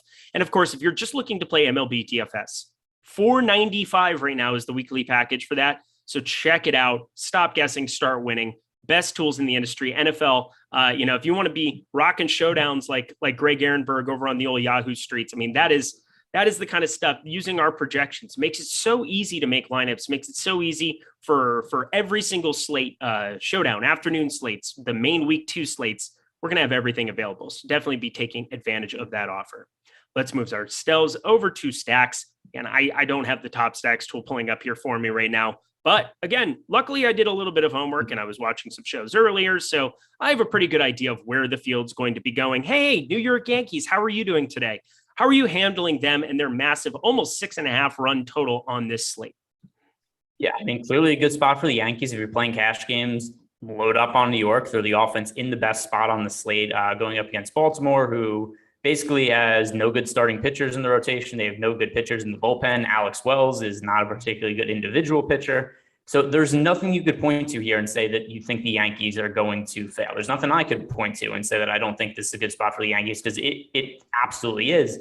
It's just the ownership is too high. And these are the spots that we've talked about, an umpteenth amount of times this year. It's Wells has a 7.15 ERA, 7.63 expected ERA. The Yankees have the highest run total on the slate. It just becomes a question of where is the cutoff point in terms of ownership where it becomes too much. And for me, 20% is that number. We have the Yankees project for 20% ownership as a stack on DK. They project for 21% ownership on FanDuel. And they do have the highest top stack odds on the entire slate, but it's still only 14%. So it's a team that's certainly going over-owned. I think they have the second most negative leverage score over on DraftKings. The White Sox are the number one most negative. And then over on FanDuel, the number one negative leverage stack is the Phillies. Number two is the Yankees. So it's one of those spots. We cross our fingers, we roster some other teams, and hope the Yankees don't score 15 runs. And that's that's what it comes down to. If you ask me to place a bet on who's going to score the most runs today, I would pick the Yankees if there was no other parameters considered. But for a slate of this size, they're a little too popular. All right, making our way downtown, walking fast, faces passing, I'm homebound. Sorry about that, everybody. Just had to. It was enjoyable. Here we go. Rest of these stacks, I know we're making our way down. Toronto is a team that I have a lot of interest in. 4.9 implied run total for them, 5 for Atlanta. I'm probably not going to be going to as much of them, but the White Sox are for sure the team that we're going to be talking about next year. Oh, is Jordan Klein DMing me all of the info? That would be fantastic. I just know the White Sox are huge. I can't see him DMing you. That's for sure. Oh, look at that. Oh, he just sent me the screenshot of all the top stack. I love him so much. All right, the White Sox. So they are the most owned team on this slate for sure. The pricing is egregious, beyond egregious. But 16. I mean, can you mix and match any of these guys as one-offs? Or are they just going too over-owned for you on this slate? Considering we got 11 other games to pick and choose players from, how are you handling such a chalky White Sox team? Yeah, I mean, it's, kind of the same exact situation as the Yankees. Like I said, we have the White Sox also going over-owned today, although at a different extent to the Yankees, where the White Sox are also really popular. They just have also lower top stack odds. So it's kind of an overall equal negative leverage score, but just at different tiers. We have the Yankees with 20% ownership share, 14% chance to be a top stack. The White Sox, 14% ownership share, 8% to be a top stack over on DraftKings. FanDuel, they're actually going under-owned. So it's kind of a funny thing where, at least on FanDuel, I think the White Sox are a fairly appealing stack. Over on DK, not as much. And just pulling up some of the individual hitters for the White Sox today. And you just have pretty much throughout the lineup, it's very popular. And one of the main reasons is you got Yohan Moncada, who's sitting second at only 3,700. Then other guys like Luis Robert, only 4,400. Tim Anderson, he's back in the lineup. He's 4,600. Jose Abreu, 4,200. It's a misprice. I think a lot of these guys make a ton of sense for one-offs. And in cash games, I think it's pretty easy to say Garrett Cole's a pitcher, make some sort of combination of Yankees, White Sox stack, and then just throw in whichever, whether it's Fetty fits in as the SP2, maybe it's Kyle Gibson just for the safety there. And I think that's how you build your cash lineup. But for tournaments, I think it's hard to totally avoid the White Sox because of how cheap they are. But in terms of 5-man stacks, I'd want to be underweight. I'm right there with you. I'm kind of adding everything to my sheet as we go. Let me go back and forth. This will be super enjoyable. I'm excited. All right, Houston. My favorite team was Houston. As I was kind of going back and forth, they're going a little bit over-owned here. But again, the back half of that lineup, you get 2K players in Siri who, Siri, please hit home runs. There you go. Home runs hit in that regard. And then Chas McCormick, they're also in the 7-hole. Philadelphia going a little bit over-owned as well. It isn't until the Dodgers where, again, if you're paying up for Garrett Cole, going to be harder to get to that top end of the lineup for the Dodgers. But man, does that make them appealing to get to? I think that's for me why I'm probably playing a little bit more of the 5K special. Our boy here from Kansas City, Jackson Coward, than you might be, just to be able to get access to some of these Dodgers bats. But who kind of sticks out to you on the top end of our top stacks tool? Yeah. So first of all, on the Dodgers, you said you like the Dodgers? I do like the Dodgers. Yes.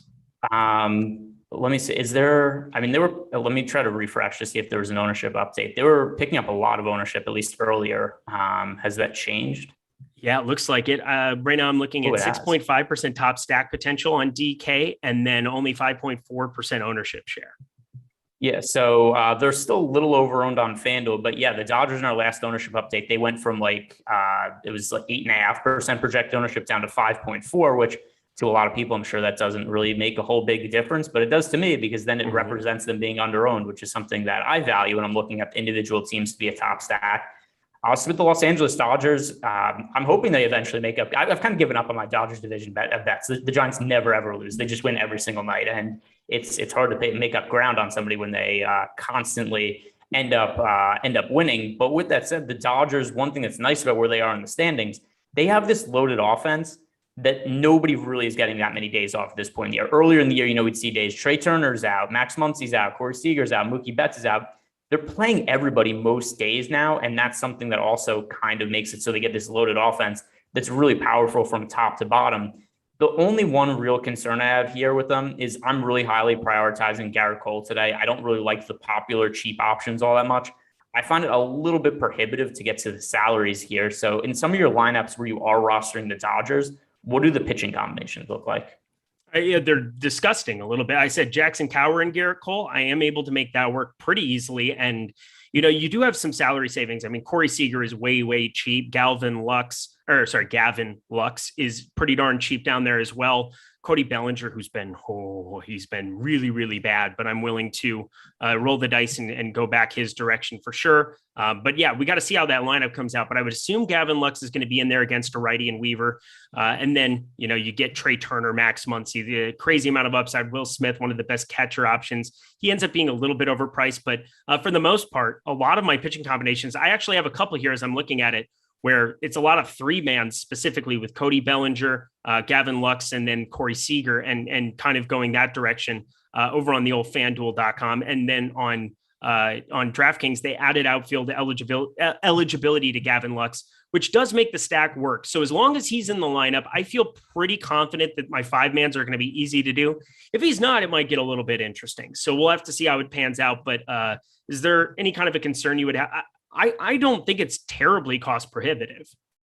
Yeah, so the issue I have with them is the hitters I really care about are still fairly expensive. And Gavin Lux, I don't think right now we have him projected to be in the lineup, but if he is, then sure, he would make sense as a value play. Here's something else, though, that I kind of have been wondering about, something I've been thinking a lot about with MLB over the last few weeks. Some of these later night games, and it's something I've been thinking about since the specific spot was there was a game where we had the Padres projected for 30% ownership. They were in a great spot. I forget what the matchup was, who the pitcher was, but that's besides the point. But we get to lock. Okay. The lineup has not come out. Then by the time that the people start submitting their lineups, people just got off the Padres because the lineup hadn't been submitted. Mm-hmm. I kind of wonder now, we've got 30 minutes to go until lock. This is a good spot for the Dodgers. They're popping up as a little bit under-owned on DK, but not massively so. If this lineup doesn't come out right around lock time, I think they would fall fairly substantially in ownership, and that would make them more appealing of an option.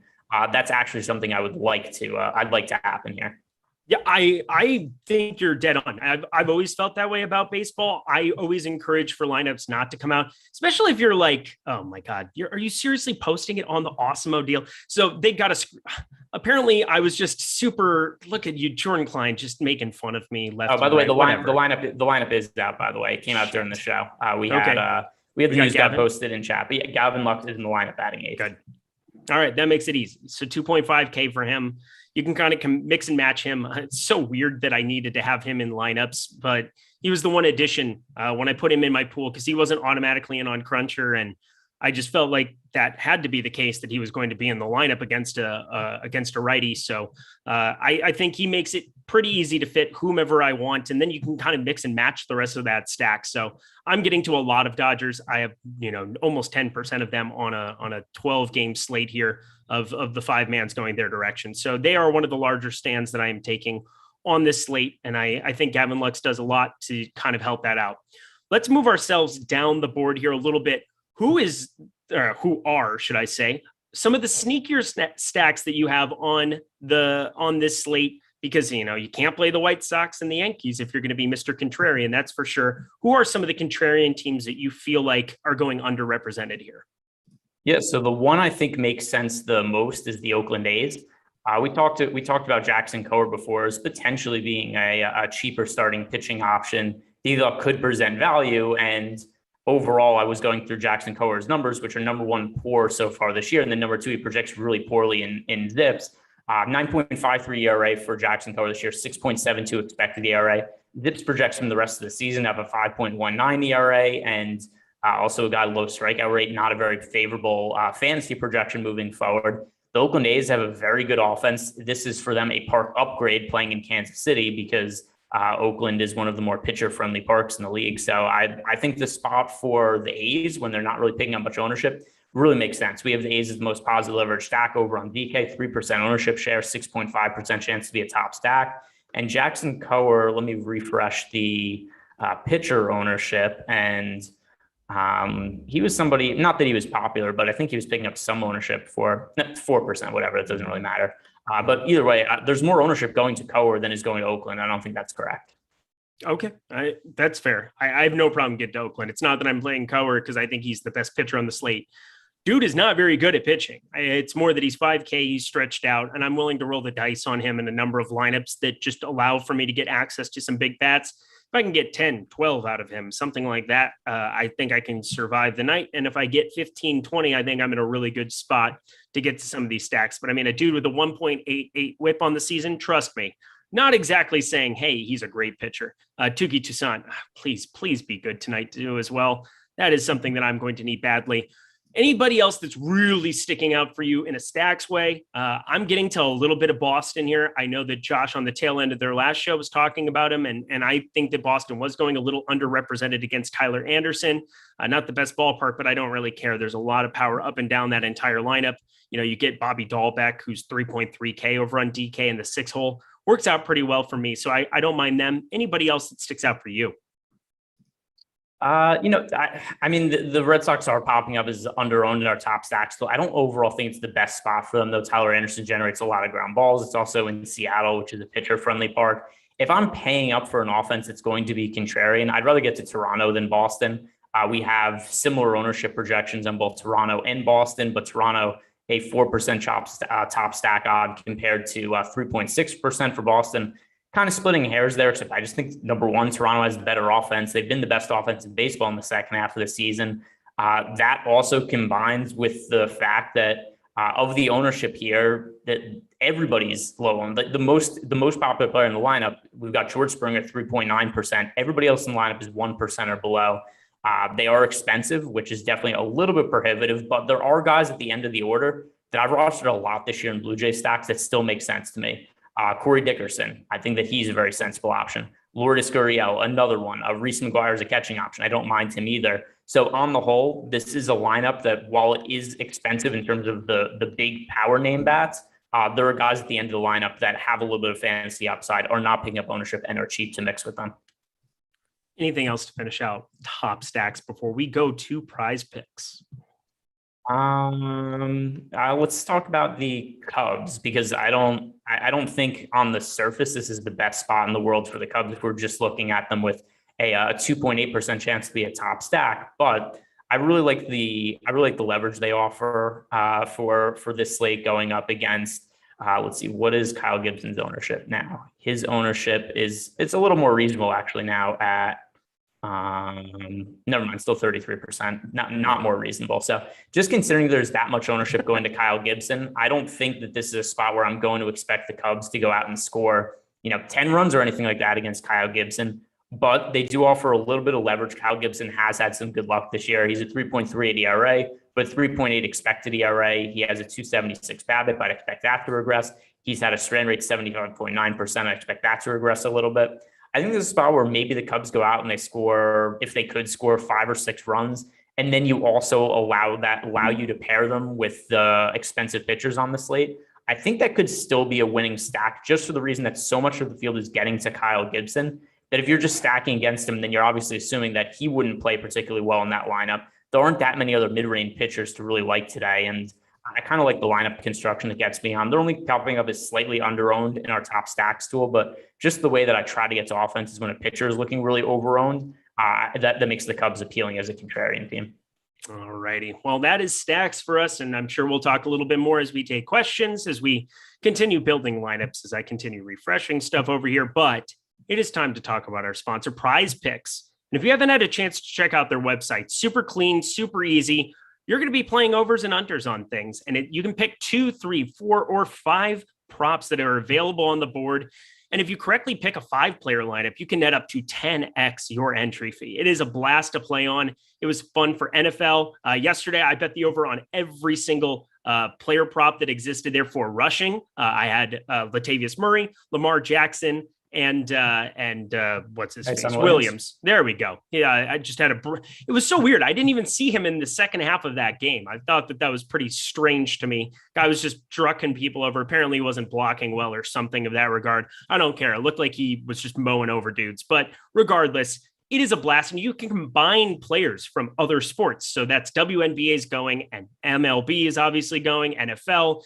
But then when NBA gets going again, that's going to exist on the site. And esports, they have a ton of esports lines. It is a really, really fun site to go play on, and you can combine it. We have so many projections available on Awesemo. We have our player props tool. We have a number of paths that you can basically take free content from our sites and utilize it over at Prize Picks. Makes it really fun, really easy to do. Let's talk through a couple, because there's a couple of props that exist here.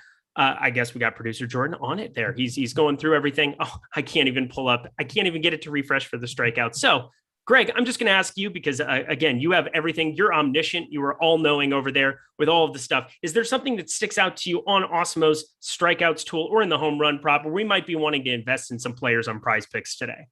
Yeah, I thought you might be really opinionated on some of these CS:GO props. You don't like.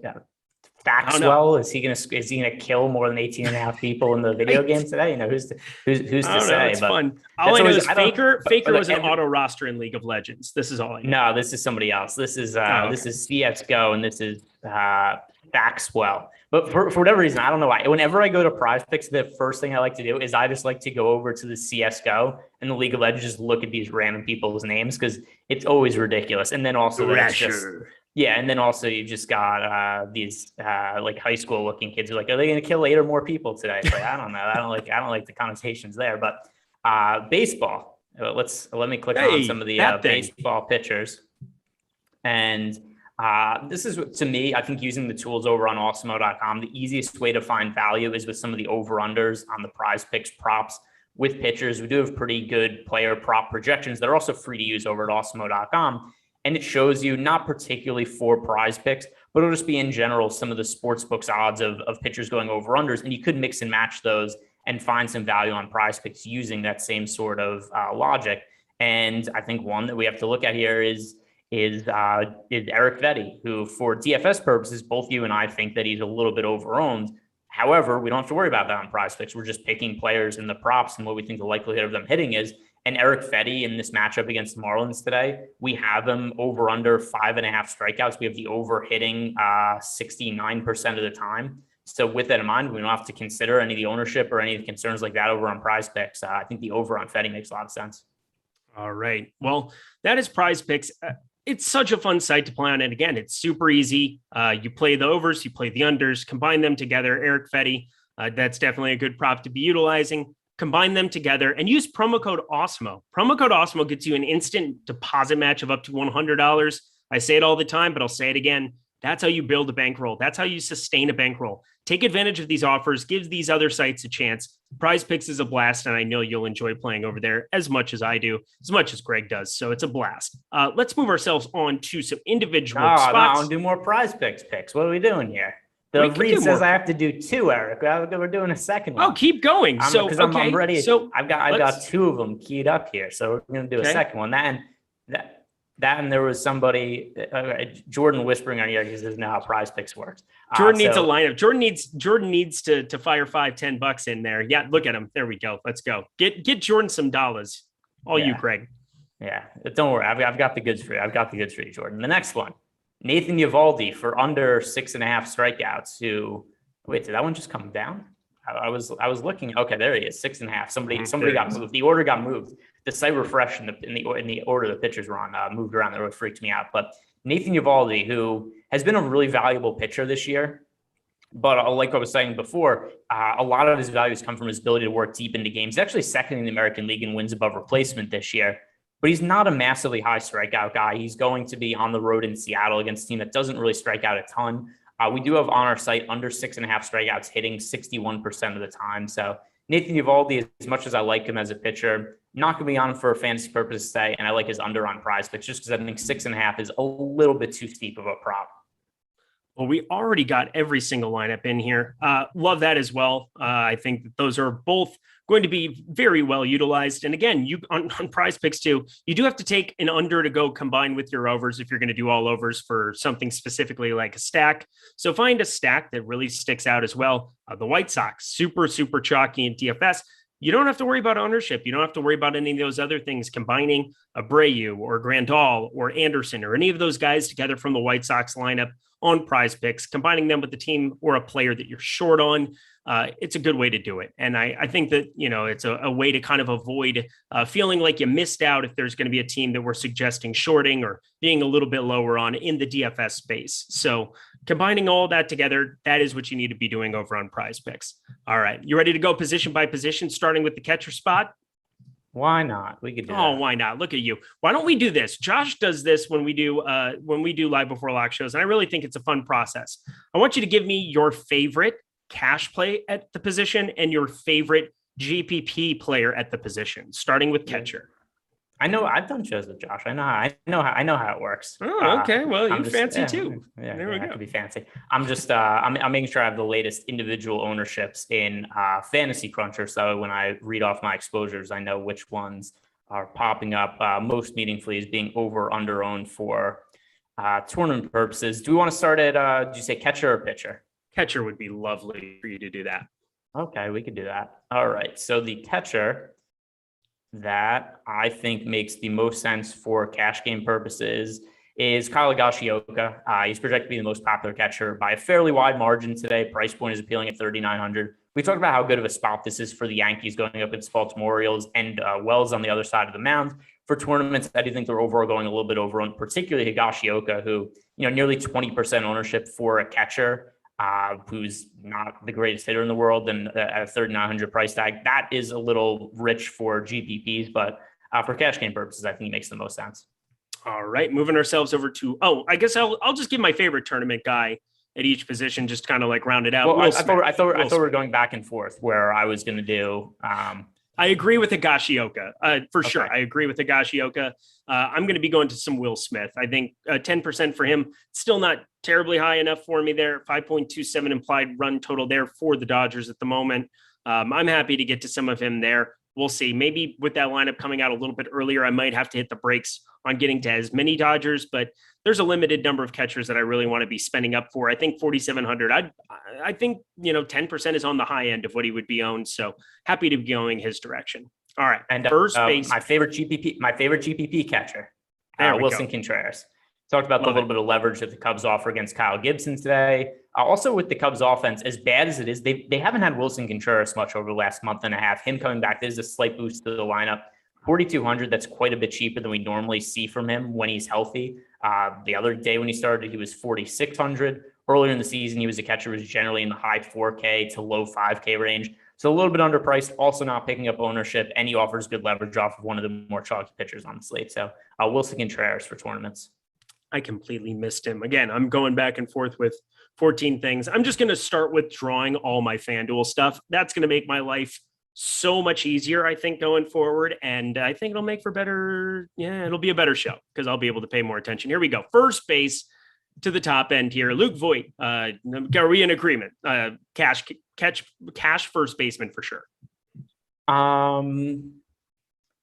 I kind of might prefer Jose Abreu. I get that Luke Voit is going to be a little bit more popular than Abreu today, and maybe that could be a tiebreaker for tournaments just in cash game, try to be even with the field. But Jose Abreu is only a few $100s more expensive, and I think he's a much superior hitter to Luke Voit, who overall over the course of the season has not had a very good year. He's only scored over 3 fantasy points looks like twice since August 28th.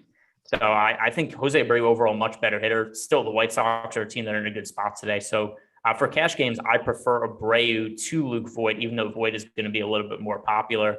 For tournament purposes, I like Matt Olson quite a bit. Matt Olson, who we talked about the spots that the A's are in today, one of the most positive leverage offenses in our top stacks tool today. Jackson Cora on the other side of the game. He's cheap, but he's really struggled this year. I think it's a good spot for Oakland. So Matt Olson for tournaments. All right. I like Matt Olson as well. Let's see, I just refreshed that. How about Schwindel? If you're going to be talking about your guys, he's underneath 1%, still super cheap there. Same leverage argument that you made for Wilson Contreras. I'm going to get to around 5% of that cat. And I think that makes for a little bit of good leverage. I mean, it's nice when you get a position that's so condensed. You get lighter on Voit, you get lighter on Abreu, and automatically that's over 1/3 of the field that if they don't end up burning it, you have access to just about everybody else at the position. So I think it makes for a really fun tournament slate at that position specifically. All right, second base, start it off. All right, so second base for cash games, I think it just kind of has to be LeMahieu. He is the best points per dollar second baseman on the slate by a pretty wide margin. He's also literally the only popular player at the position. Everybody in this slate is 8% or less owned, but not TJ LeMahieu, who's projected for over 20% ownership for cash games. I think that he makes the most sense. By the way, cash games, it's once again, it's almost entirely going to be White Sox and Yankees players that make the most sense. And then for tournaments, kind of looking to go elsewhere, but I will go with, I'm pretty flat at second base. I don't know if there's one guy that I'm getting to a whole bunch of. I guess I'll say Jazz Chisholm. I like the leverage that he offers off of Eric Fetty. He's reasonably cheap at 4,400. A little bit of power upside, still in base upside. So it'll be him. But I mean, there's a whole bunch of guys at second base that I have like 4 to 8% exposure to. Well, one guy I think that I have the most leverage to, I have 12% of one, Brandon Lau, leading off for Tampa Bay, makes for a good one-off going up against Jose Barrios. I wish Barrios was pulling a little bit more ownership than it looks like he's going to. Let me jump back over here to Cruncher and see what that number is at. Yeah, so he's still only at 11.1%. I might trim that down a tiny bit, but it's Brandon Lau in the leadoff spot for Tampa Bay. Makes for a nice spot there. You rarely get him against a righty underneath 5% leading off. So like getting to him from a tournament perspective. To third base we go. All right, let's see third base now. Boy, third base for cash games, there's but almost all of the ownership at third base goes to three guys on DK today. Alex Bregman, Gio Urshela, and Yohan Moncada all projected for over 20% ownership. Of the three, I'm inclined to go to Bregman the most. He's just a better hitter than the other ones, and Moncada is having an up and down season overall. It's actually been really odd for him because the power upside that he had in the past doesn't really exist as much this year, but he's also dramatically cut his strikeout rate. So he's kind of fixed one of his biggest weaknesses, but it's also taken away from one of his strengths. Good spot for the White Sox, but I'm still just going to go with Bregman because he's such a better hitter than Gio Urshela or Yohan Moncada on the whole, and 4,200 is just a misprice for Bregman. So I think that he makes the most sense from that perspective. For tournaments, I'm actually going to go with Adalberto Mondesi. The matchup against Frankie Montas is less than ideal, but Mondesi is, for fantasy purposes, such a good boom bust player, and all it takes for him to get on base once, steals a base, maybe steals 2 bases, scores a run. He also has some power upside. So Mondesi, if we look at his last handful of games, he has scored 14 or more fantasy points or 2 or less in every single game since May 31st. So that's dating back to the injury he had before too. But, so overall we're looking at 15 games, and either he's hitting a home run and stealing a base or 2, or he's not getting on base. And, for tournament purposes, that's appealing to me at 1% ownership. Third base, other than those top end guys, specifically Moncada and Bregman, it's a really gross position. So I do like that play a lot. Going to Mondesi, you can play him at shortstop, you can play him at third base, either or. I'm going to, once again, I guess I have way more Cubs than what I was anticipating. I'm nearly 6% of them. I might have to trim that down a tiny bit, but I like the leverage on Gibson. Patrick Wisdom was popping up quite a bit, but Chris Bryant, let's put him in there. Jake Arrieta is dust. He is bad. He's not good. He's hitting sixth. I think that should, right around 1% for him. I like getting to San Francisco, one of my favorite contrarian teams here, a team total over 5. They just absolutely annihilate righties now. That's just kind of like a new phenomenon they have for this season. They are tied with Toronto with a 200 ISO against right-handed pitching on the season. So going to Bryant, going to a lot of these San Francisco Giants, I do not hate that play. Getting ourselves 2 shortstops started off. All right. So shortstop for cash games. I think it depends how much salary you have here. If you need to save salary, go to Gleyber Torres at 3,700. If you have the ability to spend up, Tim Anderson, I think both will make for fine cash game plays. For tournament purposes, though, it's very rare there's a slate where you can get Fernando Tatis Jr. for low ownership. He's almost always one of the most popular shortstop plays, and he's only projected for 3% ownership today. So that's a number that I'm overweight to. And if you have the salary to spend up, I think Tatis makes for a really good contrarian option. You need to go cheap and find somebody contrarian. Let's see. The answer for me is Mondesi, but I already said him at the other position. So I'll just say for tournaments, I think Tatis makes the most sense. Very rarely we get him at low ownership. He's one of the best hitters in baseball. It's hard to disagree up against that in any matchup. So anytime somebody like that is coming in underneath 7%, I do not hate that whatsoever. Carlos Correa, somebody that I was getting to quite a bit. Houston, we haven't talked about a ton, but I like a lot of them. I like combining Correa along with some of those other pieces on the back half. Make fitting Garrett Cole super easy. Can play some Dodgers as 3-mans, 2-mans, and put them together. Otherwise, Gavin Lux is have my fingers crossed and please hit a home run kind of plays of the day here. 2,500 underneath 6%, kind of a late ad. He wasn't even in Cruncher as the projected shortstop. So Gavin Lux, hopefully that can pan out. That's more of a wish than hey, you should be rostering tons of him. Let's go to outfield where there are 50 million good plays. Yeah, for cash games, once again, you can mix and match Yankees guys, Aaron Judge, Giancarlo Stanton, Joey Gallo, White Sox guys, Eloy Jimenez, 3,700. Actually, I think that he is the number one overall play to look at for cash games, just because the price point is so off on him. He should be much more expensive than 3,700.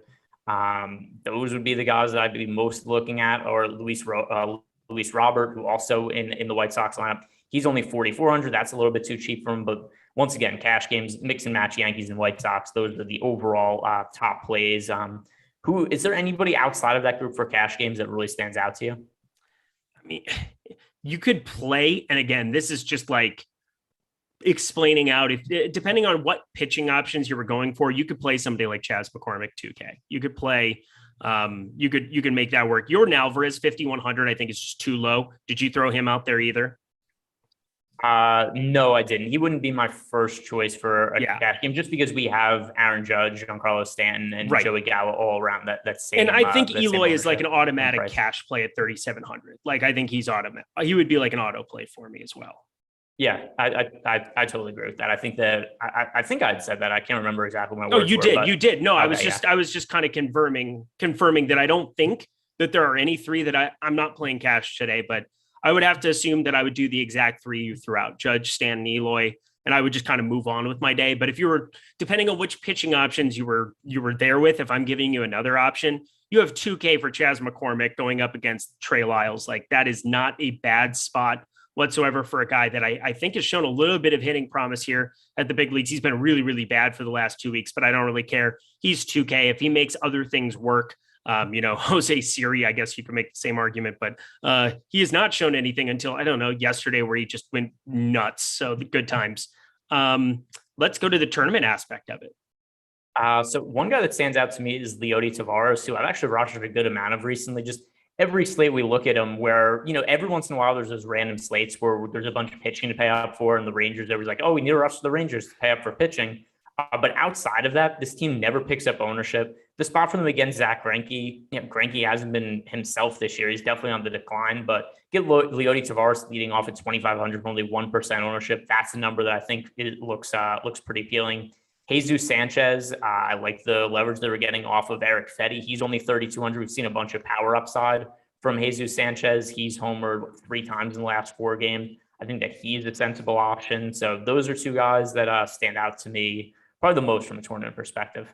All right. And again, we have a million different options. I'm getting to a lot of Mookie Betts, who's under 7%. I always get to crazy amounts of Kyle Tucker batting sixth. I mean, the guy just is the most underrated player in baseball, and I don't find it close, especially from the plate. I mean, just from the plate perspective, on the season, 581 expected slugging percentage,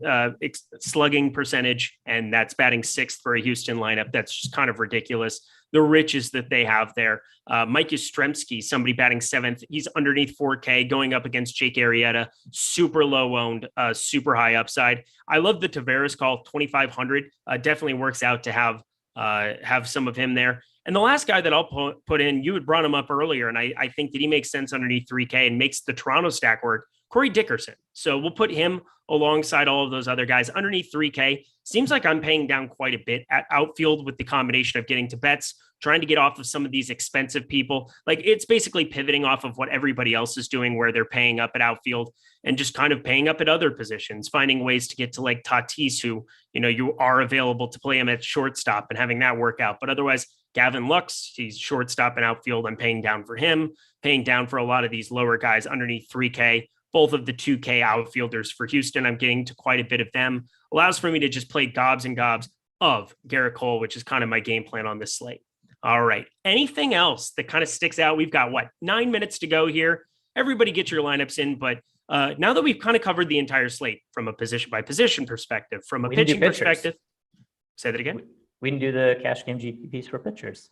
Oh, well, we can do cash games and GPPs okay. for pitchers. All right, that's what I wanted to do. Let's do that. Let's do that. So cash games, Garrett Cole, and who would be your number 2 SP1 or SP2? Putting words in my mouth by saying Garrett Cole, but Garrett Cole. How dare I? Garrett Cole. As much as neither of us really like their ownership in tournaments, Eric Fetty or Kyle Gibson, depending how much salary you've left in the SP2 spot, I think both of them make sense. Also, considering how much we each of us like the White Sox and Yankees, the floor that they offer as offenses for cash games, but them being more expensive offenses, I think that we're probably going to need some salary savings at pitcher. So at least for cash game purposes, that's where I'd go to either Fetty or Kyle Gibson, with not a real lean in between the two. It's just whatever salary you've left in that final pitcher spot. Yeah, and that's kind of what it is. I think I would play Fetty for cash if I were playing cash. It makes the most sense. I love targeting Miami, and I think in cash games works out way too easily. If you had to drop down to Luzardo, if you had to save that extra money to get whatever, I don't know why you would need to on this slate. I don't think it should be that hard to go Cole and Fetty and move on with your day. But I think that there is a case to kind of maybe drop down there depending on what it would upgrade you. But I probably would just be sticking with Fetty, especially because, and I think Greg's talked about this quite a bit before, but you just want to play the highest ownership guys in that spot, right? Yeah, at least for cash games. It's also the total inverse of tournaments, where if two things are even, I think that we generally want to go with the lower owned. In tournaments. For cash games, you go with the higher owned, just because you're kind of boxing out the field. Then you're trying to build a lineup as safe as possible, and that's the easiest way to be risk adverse. So yeah, at least for pitcher purposes, that's why I don't really love those guys for tournaments. I would for cash games. For tournaments, pitchers are like Garrett Cole. I think he's the best option for both cash games and GPP to pitcher. Frankie Montas, if you need a more contrarian pitcher to pay up for. And then on the lower end, Jesus Luzardo and Toussaint are both appealing SP2 options on DK for me at single-digit ownership. On FanDuel, though, I'd just play a bunch of Garrett Cole pitcher. Yep, definitely just play a bunch of Garrett Cole at pitcher. I'm doing that on FanDuel for sure. All right. I guess we got to talk our tournament pitchers because, again, you asked for this segment. We're going to give you what you want. What are you looking at doing in tournaments at the pitcher spot? I just said, Eric, you're not listening to me today. I said Montas, Luzardo, and God, I did not. No, I'm absolutely so focused on getting everything copied over from the document. I'm just kind of enjoying shitting on you today. It's good though. I'm okay with it. No, Greg, I 99.9% of the time listen to you because, again, I'm like a golden retriever who's just excited to play. I'm just excited. I'm like, I get to talk sports. This is fun. I get to make DFS lineups. I get to, be able to watch and enjoy my time. And I also know you're super sharp, but I am having a devil of a time copying, pasting everything over into my sheet. There's about a 99.9% chance I don't get everything uploaded in time. I'm just going to full fade the Yankees is kind of what just happened with my lineups. I'm just going to take them out and just adjust with it on the back end. That's going to make my life easier. the shows are always exciting when you're trying to update your lineups towards the end, which, by the way, do you need to do that? Do you want me to just talk for a few minutes? Yeah, go ahead and talk for like 2 minutes and all right, we will be best friends. I could probably talk for more than 2 minutes, but thank you. Yeah. And I don't mind that you didn't give out your GPP pitchers and you didn't listen when I gave out mine, but it's whatever. I'll get over it. But all right, so I'm going to go over to the player props tool and we're going to start. Let's give out some home run picks here. Eric, when I'm done here, we could get a home run pick from you. Maybe just look at your exposure and be like, hey, here's somebody who I have a lot of exposure to in my lineup. So I think there's a reasonable chance to homer. Hey, I've made more ridiculous home run picks than Gavin Lux this year. For whatever reason, this guy ends up as being the top home run pick in our player prop tool almost every single slate. Sportsbooks are never giving this guy a fair chance to hit a home run. Jared Walsh today could be found at plus 450 to homer. That is something that we have a 23% expected ROI on. So as an individual home run play, that is somebody that certainly stands out from that extent as a bet in our props tool. Now let me look at my lineups and see who would I be picking as a home run just based on my lineups and who I would like to homer. I'd like it to be somebody who's not super popular and, not like, I think the rules generally will say somebody who's not super popular, maybe somebody who's not, like Coors Field, although there is no Coors Field on the slate today, but right. I'm going to go with Jose Abreu, he's moderately popular today, but still, I think that he's somebody who's in the same price range as Luke Voit. I don't really understand why Luke Voit is that much more popular than Jose Abreu. Abreu is only $400 more expensive. I consider Abreu to be a much better hitter than Luke Voit. So I'm going to go with Jose Abreu as my home run pick. And I think he's a better GPP option than Voit is. Do you have, were you able to get your lineups in or should I keep going? I am in 2 seconds going to be all done. All right, I'll go over to the player prop strikeouts tool.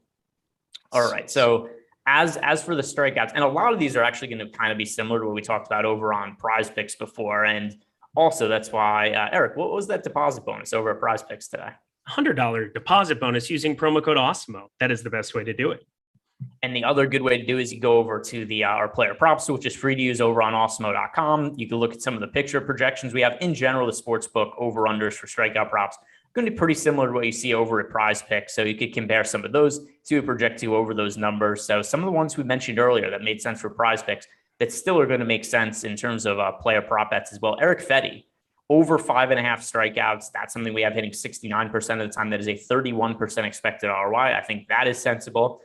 This is a number that looks a little bit too high to me. Tyler Anderson, not a strikeout pitcher, also going up against the Red Sox, a very good offense, doesn't strike out a lot.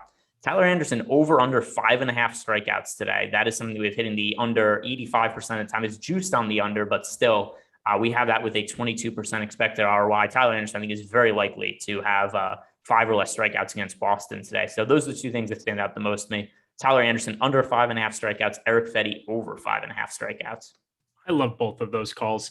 Let me get Simeon in here. There we go. Oh, Greg, I think I did it. I think I can rejoin the land of the living here. Whoo, darling. That was a fun one. Somebody said earlier, as I was like looking over here, Eric, bro, you always scrambling like it's basketball and somebody got ruled out. That's our boy, Arcathelza. Yeah, it sounds about right with me. It's kind of the way that it is, but it's also a little bit of a different day here on this end. But I think I got everything in. Yeah, looks all right on this end. If you had to play one pitcher, and I'm just going to throw this out to you because I think it's a fun question. Give me one pitcher that isn't Garrett Cole on FanDuel. All right, let's go over to FanDuel and let me see what the most recent ownership is. Yeah, the answer is just kind of Garrett Cole to me. Like Garrett Cole's not picking up enough ownership today, even over on FanDuel. We have him at like he's not even close to being the most popular pitcher on FanDuel today, which is pretty crazy to me. We have Garrett Cole project for 14.6% ownership. Eric Fetty project for 21.7. Kyle Gibson project for 18.1. So I think the real answer is just Garrett Cole. But if it has to be somebody else, then I'd say Frankie Montas. We have with the second best odds being a top scoring pitcher on the slate, also only picking up single digit ownership. So in general, play Garrett Cole on FanDuel and DraftKings. Montas, you absolutely have to play somebody else. All right, we got 29 seconds left here. I think everybody can get their lineups in. I got my lineups in. Again, I have no idea how because there was no hope. There was no hope here. And now, Who believed in us? Nobody. Put the team on my back. There we go. We are now officially going to be a lock when I finish saying this. But of course, Greg Ehrenberg, thank you so much for being my accomplice here today, for helping me out to be able to get all my lineups in and all the other things that you were able to do. I promise I'll listen to you better next time. But my guy, on the way out, any final words for the people? No, good luck today, guys. And Eric, I'll see you in 30 seconds after the show ends. I will not be seeing Jordan now. Oh, okay. Ryan Train says it's Chick-fil-A time. It sure is Chick-fil-A time. No other shows the rest of the day. We'll see you back here Wednesday. I believe I'll be kicking it off with Lofty and Mr. Savoca. We will be doing some NFL chat. We'll see you there. For Greg Ehrenberg, he's the man. I'm Eric Lindquist. I'm all right. Sometimes not today. We'll see you later.